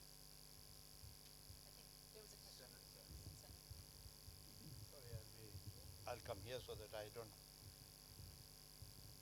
I think quite a few things by the experts have been discussed and presented. To your question about the sharing of the template, is there a common template? I think let's be candid. There is not a common template as yet developed and presented. Now, I would like to expand on this because there are a number of things a couple of speakers have said, and I think they need to be seen. What are we all trying to do here? And I think as I look at it, and that's why I'm here to learn. I'm not a media, I'm not a government, I'm not expert from these three agencies. I come here to understand what is the consensus of these people and what is it that we all are looking. I have come to understand, and from the presentation, that we are all looking to improve the quality of life of our people. Let's face it, if we can't do this, water is only one factor to that, but water is a very important factor. So therefore, I think all these templates will have to be developed by each one of us in a different format. The only problem we have that once we have something, let's share with the others, which right now I see is as a group coordinated by IWMI. I think this should be shared with everybody so that we don't recreate something that exists. So from here, I will say, I don't have any template. If anybody has it, please send it to me. I'll be happy to use it in my dialogue with the government, with the people, whatever forums one is there. Having said this, I think there's one important thing. Let's not try to recreate things. You talked about the Indus Water Treaty and the need to expand it. I think we are extremely lucky in the region to have a best practice. You know, we always look as scientists and as people, we try to look for the whatever has succeeded, and I think Indus Water Treaty is one such example between the two neighbors, Pakistan and India, which was brokered and brought about by World Bank. Funded, negotiated, 1960 it was brought. Now question is that any agreement which you have to see succeeded or not, good practices, because it withstood exactly not the conflict but the wars between the two countries, but it withstood.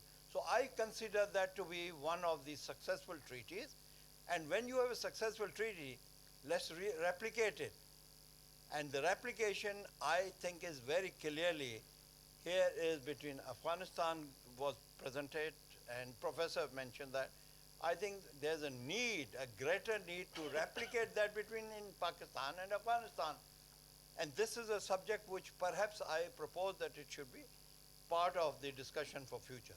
Now, having said this, I would urge everybody to stop thinking in terms of India, Pakistan, India, China, Afghanistan, Pakistan. I think it's an issue of riparians. Let's start talking of riparians. Because when you talk of riparian, then let me tell you, riparian starts from the mountains right up to the sea, which is my city of Karachi. I come from a district, Thatta, next to Karachi, which is the lowest of the lowest riparian you could talk about. But it's not the issue from the people there, not the issue what happens with the China and India, or India and Pakistan, or between province of Punjab and Sindh. It is between the same district there is a riparian issues, and this is same true in India. So I'm saying let's talk about riparian, because when you talk of the riparian for the Kabul River, it is from the Swat River to the Kunar. Pakistan is an upper riparian giving water there, and then Kunar comes in from the Amu River. They join in. It's not, Kabul River is not the sum total of Swat. It combines, then it comes in as a, and Pakistan is a lower riparian. So on one hand contributing to be upper, on the other hand becoming the lower. I think let's talk about this. And the third thing that I gather is let's talk about the benefit sharing. That's most important. By retaining a water in any place, we will not be able to really get the benefits, but benefit is sharing must be. I think these are some of the things, but there is, lastly I'll say, you heard that there has been Knowledge Forum, which started in 2 days back, 3 days. We have seen the sum total of all the effort that have been made into the studies that are coming in. And please remember, right now, and I'll be very candid, right now there is not a possibility of having a joint study between the two countries and then, or between the 4 countries together. Right now, if a study is made in India, study is made in Pakistan, a study made in Afghanistan, and then you start to combine. We are at that stage. And this is very important that studies in a bigger framework and then going to the, because the resources do not, I believe, belong to any country. If anybody says glaciers belong to A country or B, I would challenge that, because glaciers are the assets which are, we happen to inherit. But I think we have a responsibility to remove all the, I would say, even the war machinery and the people on the glaciers which are helping to melt it. Then it becomes disaster. And also I would say we should also link it by saying why the carbon. Of course there is, let's face it, the bigger countries are contributing the gas, but carbon is our contribution. That's not true for Kashmir, it is true for the area of northern areas of Pakistan, which is Gilgit-Baltistan. So I think the way to do it is that let's also talk of solution to this, which could be a supply of gas, various aspects that come in.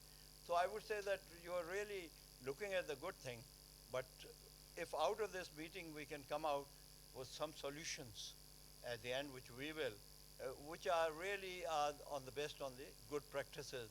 And I think 4 presentations I heard, they were excellent. All 4 really pointed out, narrowed down, and I like the comparison statements also. Like, I think these are the things that we have started well, and I hope you will end well too. Thank you. Thank you. Thank you.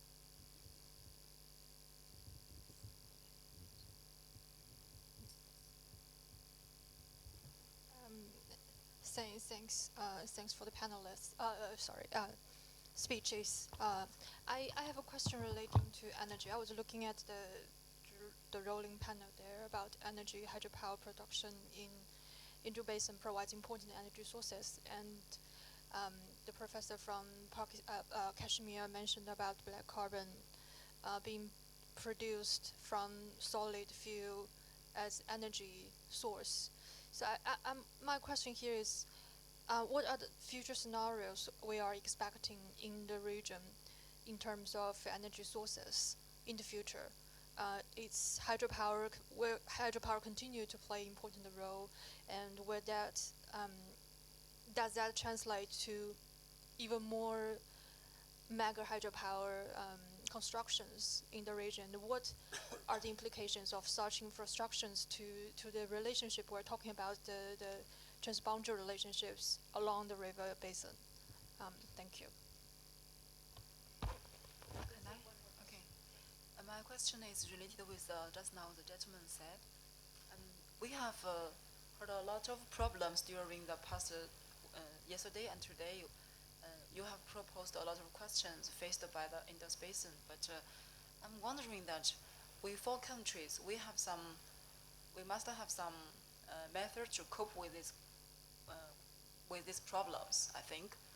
For example, maybe just now, can we speak from IWMI said that there is a problem in the Pakistan, that maybe the water problem is arousing the riot in some big cities. I think that maybe we can develop some modern technologies like, say, water purification or something like that.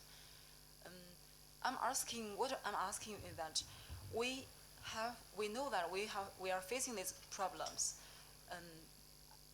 but I think we must have a way out in the future. So each of our country, we must have some method to deal with these problems. Can you introduce some of your best experience in each country, so that we can maybe in the future we can even have a pilot program in the future. We can give people hope, not just wow, the problem is so big. We should be afraid of that. I think we should we'll come together. We come here to follow the solution of the future. Okay. That's my question. Thank you. Thank you. Okay. Yes. Yes. My observation is that there have been a lot of solutions here, and over the years because there have been researchers who've been talking about various solutions. But what I think is missing is their conversation with the government.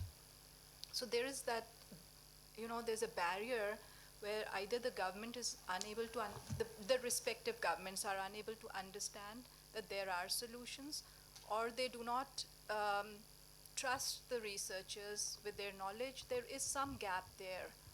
And that is why there is this, you see it translated in media.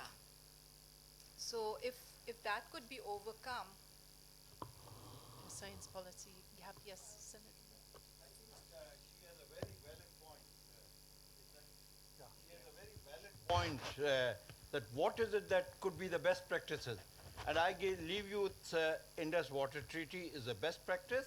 It has worked. It has survived the test of the time. However, Indus Treaty is between the two boundaries of two countries. But after that, if that was left, Pakistan successfully, again as a good practice, because then this water comes in, how is that distributed? And you heard Dr. Arif Anwar mentioning the 1991 Water Accord. Now, what was this water accord? Because I've seen it myself. It is a very simple accord between the 4 provinces of the country, which is another. So I think, again, that two riparians first met and decided in 1960. The remaining 4 riparians, upper and lower altogether, had the 1990 apportionment, but there was some gaps. And that gap was again filled by the Parliamentary Committee on Water Resources, which recommended, because there were some environmental studies which were to be done, but not done. So then the Parliamentary Committee of Water Resources came in, and I was part of it, came in to say, okay, we'll conduct the 2 environmental studies, upper and lower, so because you heard that if the water doesn't go to the sea, then you have environmental problem from the delta, plus the planet, the sea life is affected. So those 2 studies were done, and all of this sum total is, to me, is a replicable situation, and this should be talked about. And this should be replicated in future too. And you said, so the problems have been resolved, but as you please understand, as soon as you resolve one problem, out of the practice implementation, there will be some other problems will come in. So you constantly look at what are the gaps. And those are the gaps we have been talking by researchers, and they will communicate to them. Thank you. I think there was another question here too. Yes. May I answer that? Shall we just, yeah? Shall we just hear the one extra? I just have a very quick comment actually. You know, you have actually raised a very interesting point saying that is it the government not believing the researchers? That is something as an academician we always feel. Many a times we feel very disheartened when we write so many things, give so many suggestions and it's not included. And to me, I think that's where media can play a very important role. I saw a very interesting thing in Professor Ramsho's presentation. If you see that the government is giving a lot of money to set up a lot of research center who can, to the glaciologists to understand the glacier melt, how it is melting, is it really melting? On the other hand, the same government is following certain kind of economic policies which is actually leading to receding of these glaciers. So I think what media could do is, I always feel that the loop should be closed. So if we start with the discussion of glacier melt, if you could also bring in and showcase that how the kind of policies the same government is actually following is leading to the larger melt of the glacier, I think such kind of stories can really make a huge impact because that falls directly on the government and it is linked to the policy too. So that's just a comment from my side. Thank you. Thank you. Yeah, I just.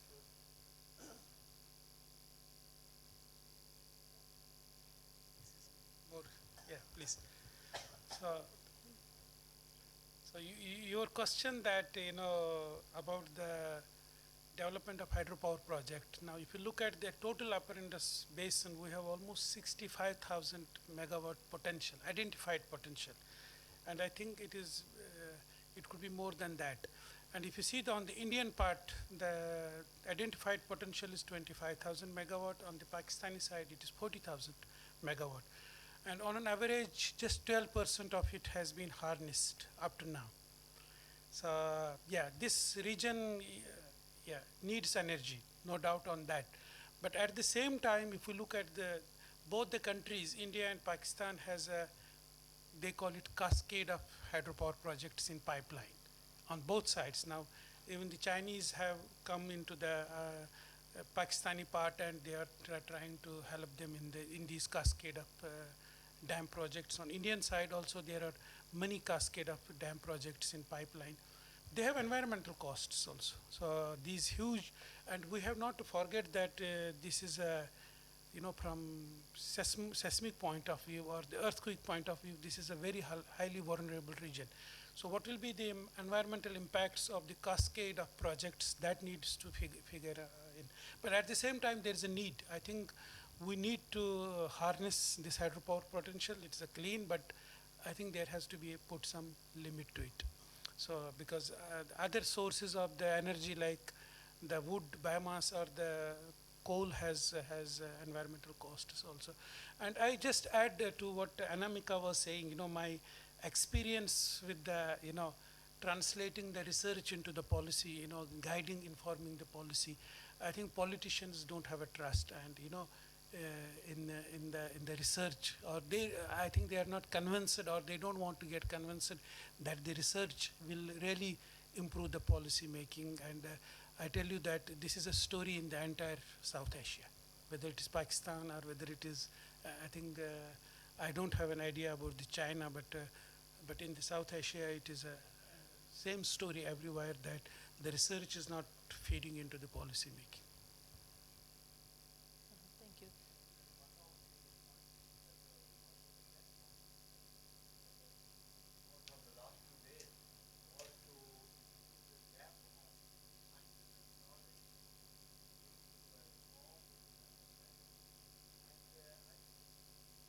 Generally true. I am not representing the politician, but having been a parliamentarian, let me submit to you all that it was not easy for the group of 8 of us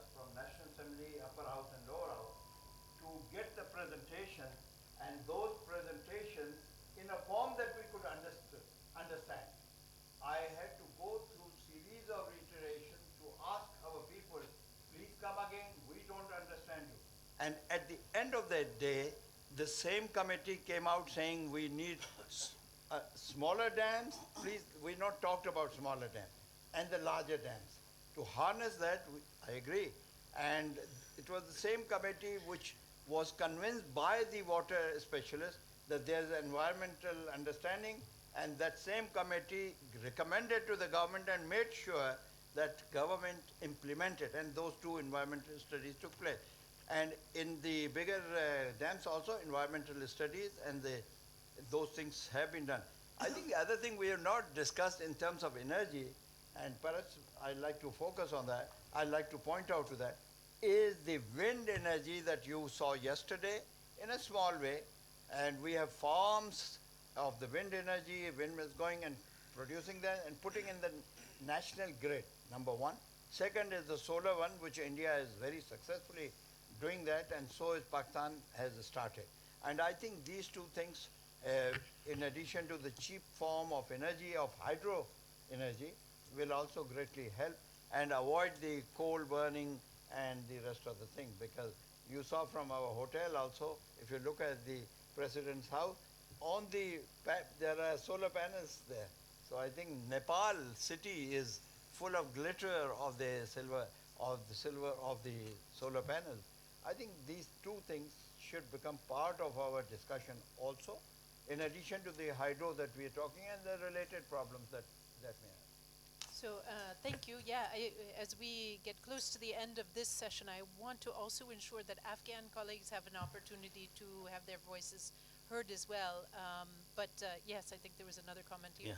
No, I think I'll just be following up from what Professor Ramchu and Senator has mentioned. That, yeah, I mean, you see, I do agree when you're talking about the energy, the bigger or the mega hydropower projects, they have their own limitations of environment clearance and stuff like that.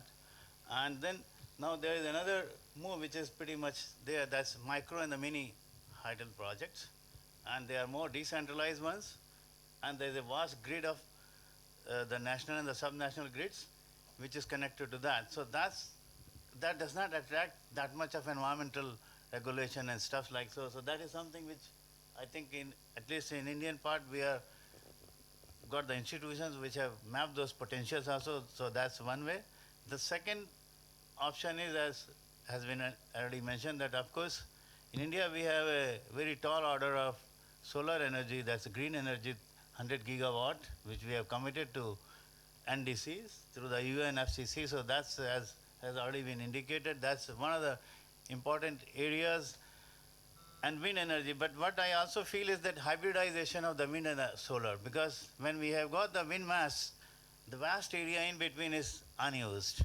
And pretty much we can use even that area to have a combined or hybridization of the solar and the wind putting in the same grid. So that's the point which I thought I'll just like to mention.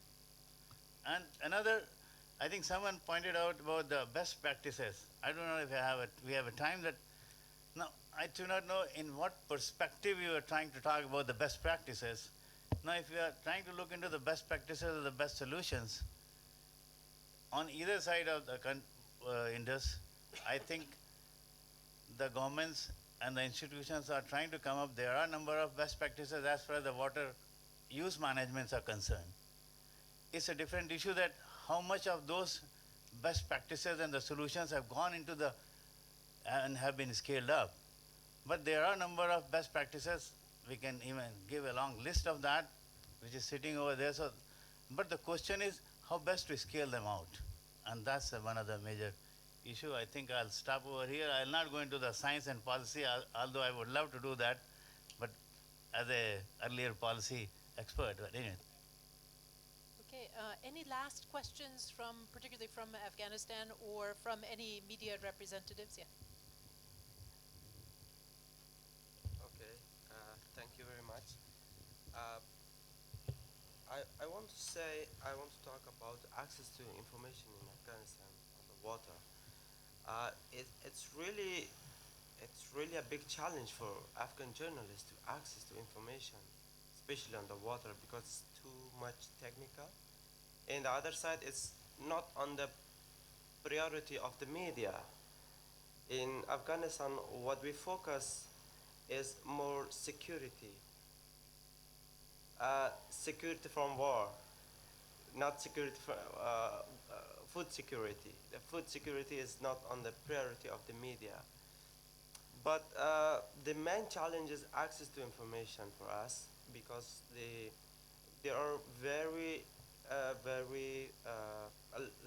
we face lack of information sources. The sources are not always available for the media. And the other problem is the media priority. I want to ask my friends from China and Pakistan, how do they deal with the access to information? Then it could be, it could lead the Afghan journalists also to come up with the solution to access to information. Because we are running out of time, what we are going to do is, Asif, we are going to discuss this in a lot of detail in the afternoon session. Okay? So park your question. Your question is important. We're going to discuss this and how to handle this. Okay? What is my experience in my country? I think some of my colleagues from Afghanistan fully agree with me. There is still, we have some distance between researcher, academia with policymaker, especially with political people. Long-term time we stay that's far away from each other. And I am fully agree with his opinion. Still there is something, you know, the security problem of Afghanistan is very high. So all the high level people, the political people, they're busy in that one.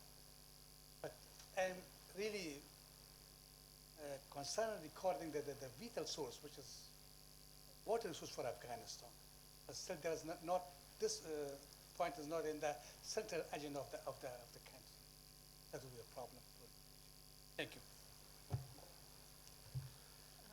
We're running out of time.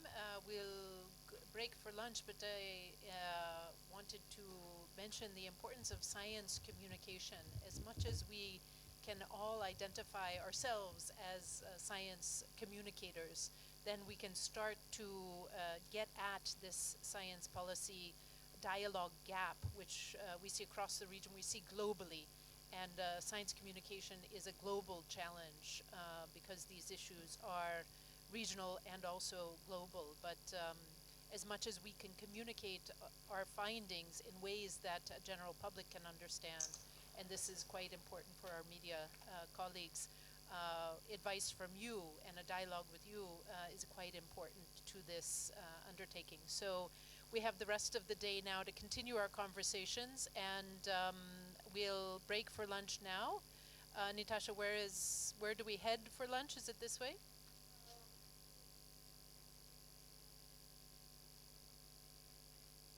Okay.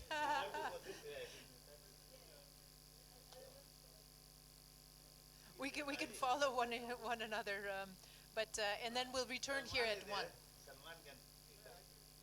Okay, thank you. Thank you very much for your active participation, and we'll see you again here at 1 o'clock. Thank you. Sorry, 2. It's 1 now, 2.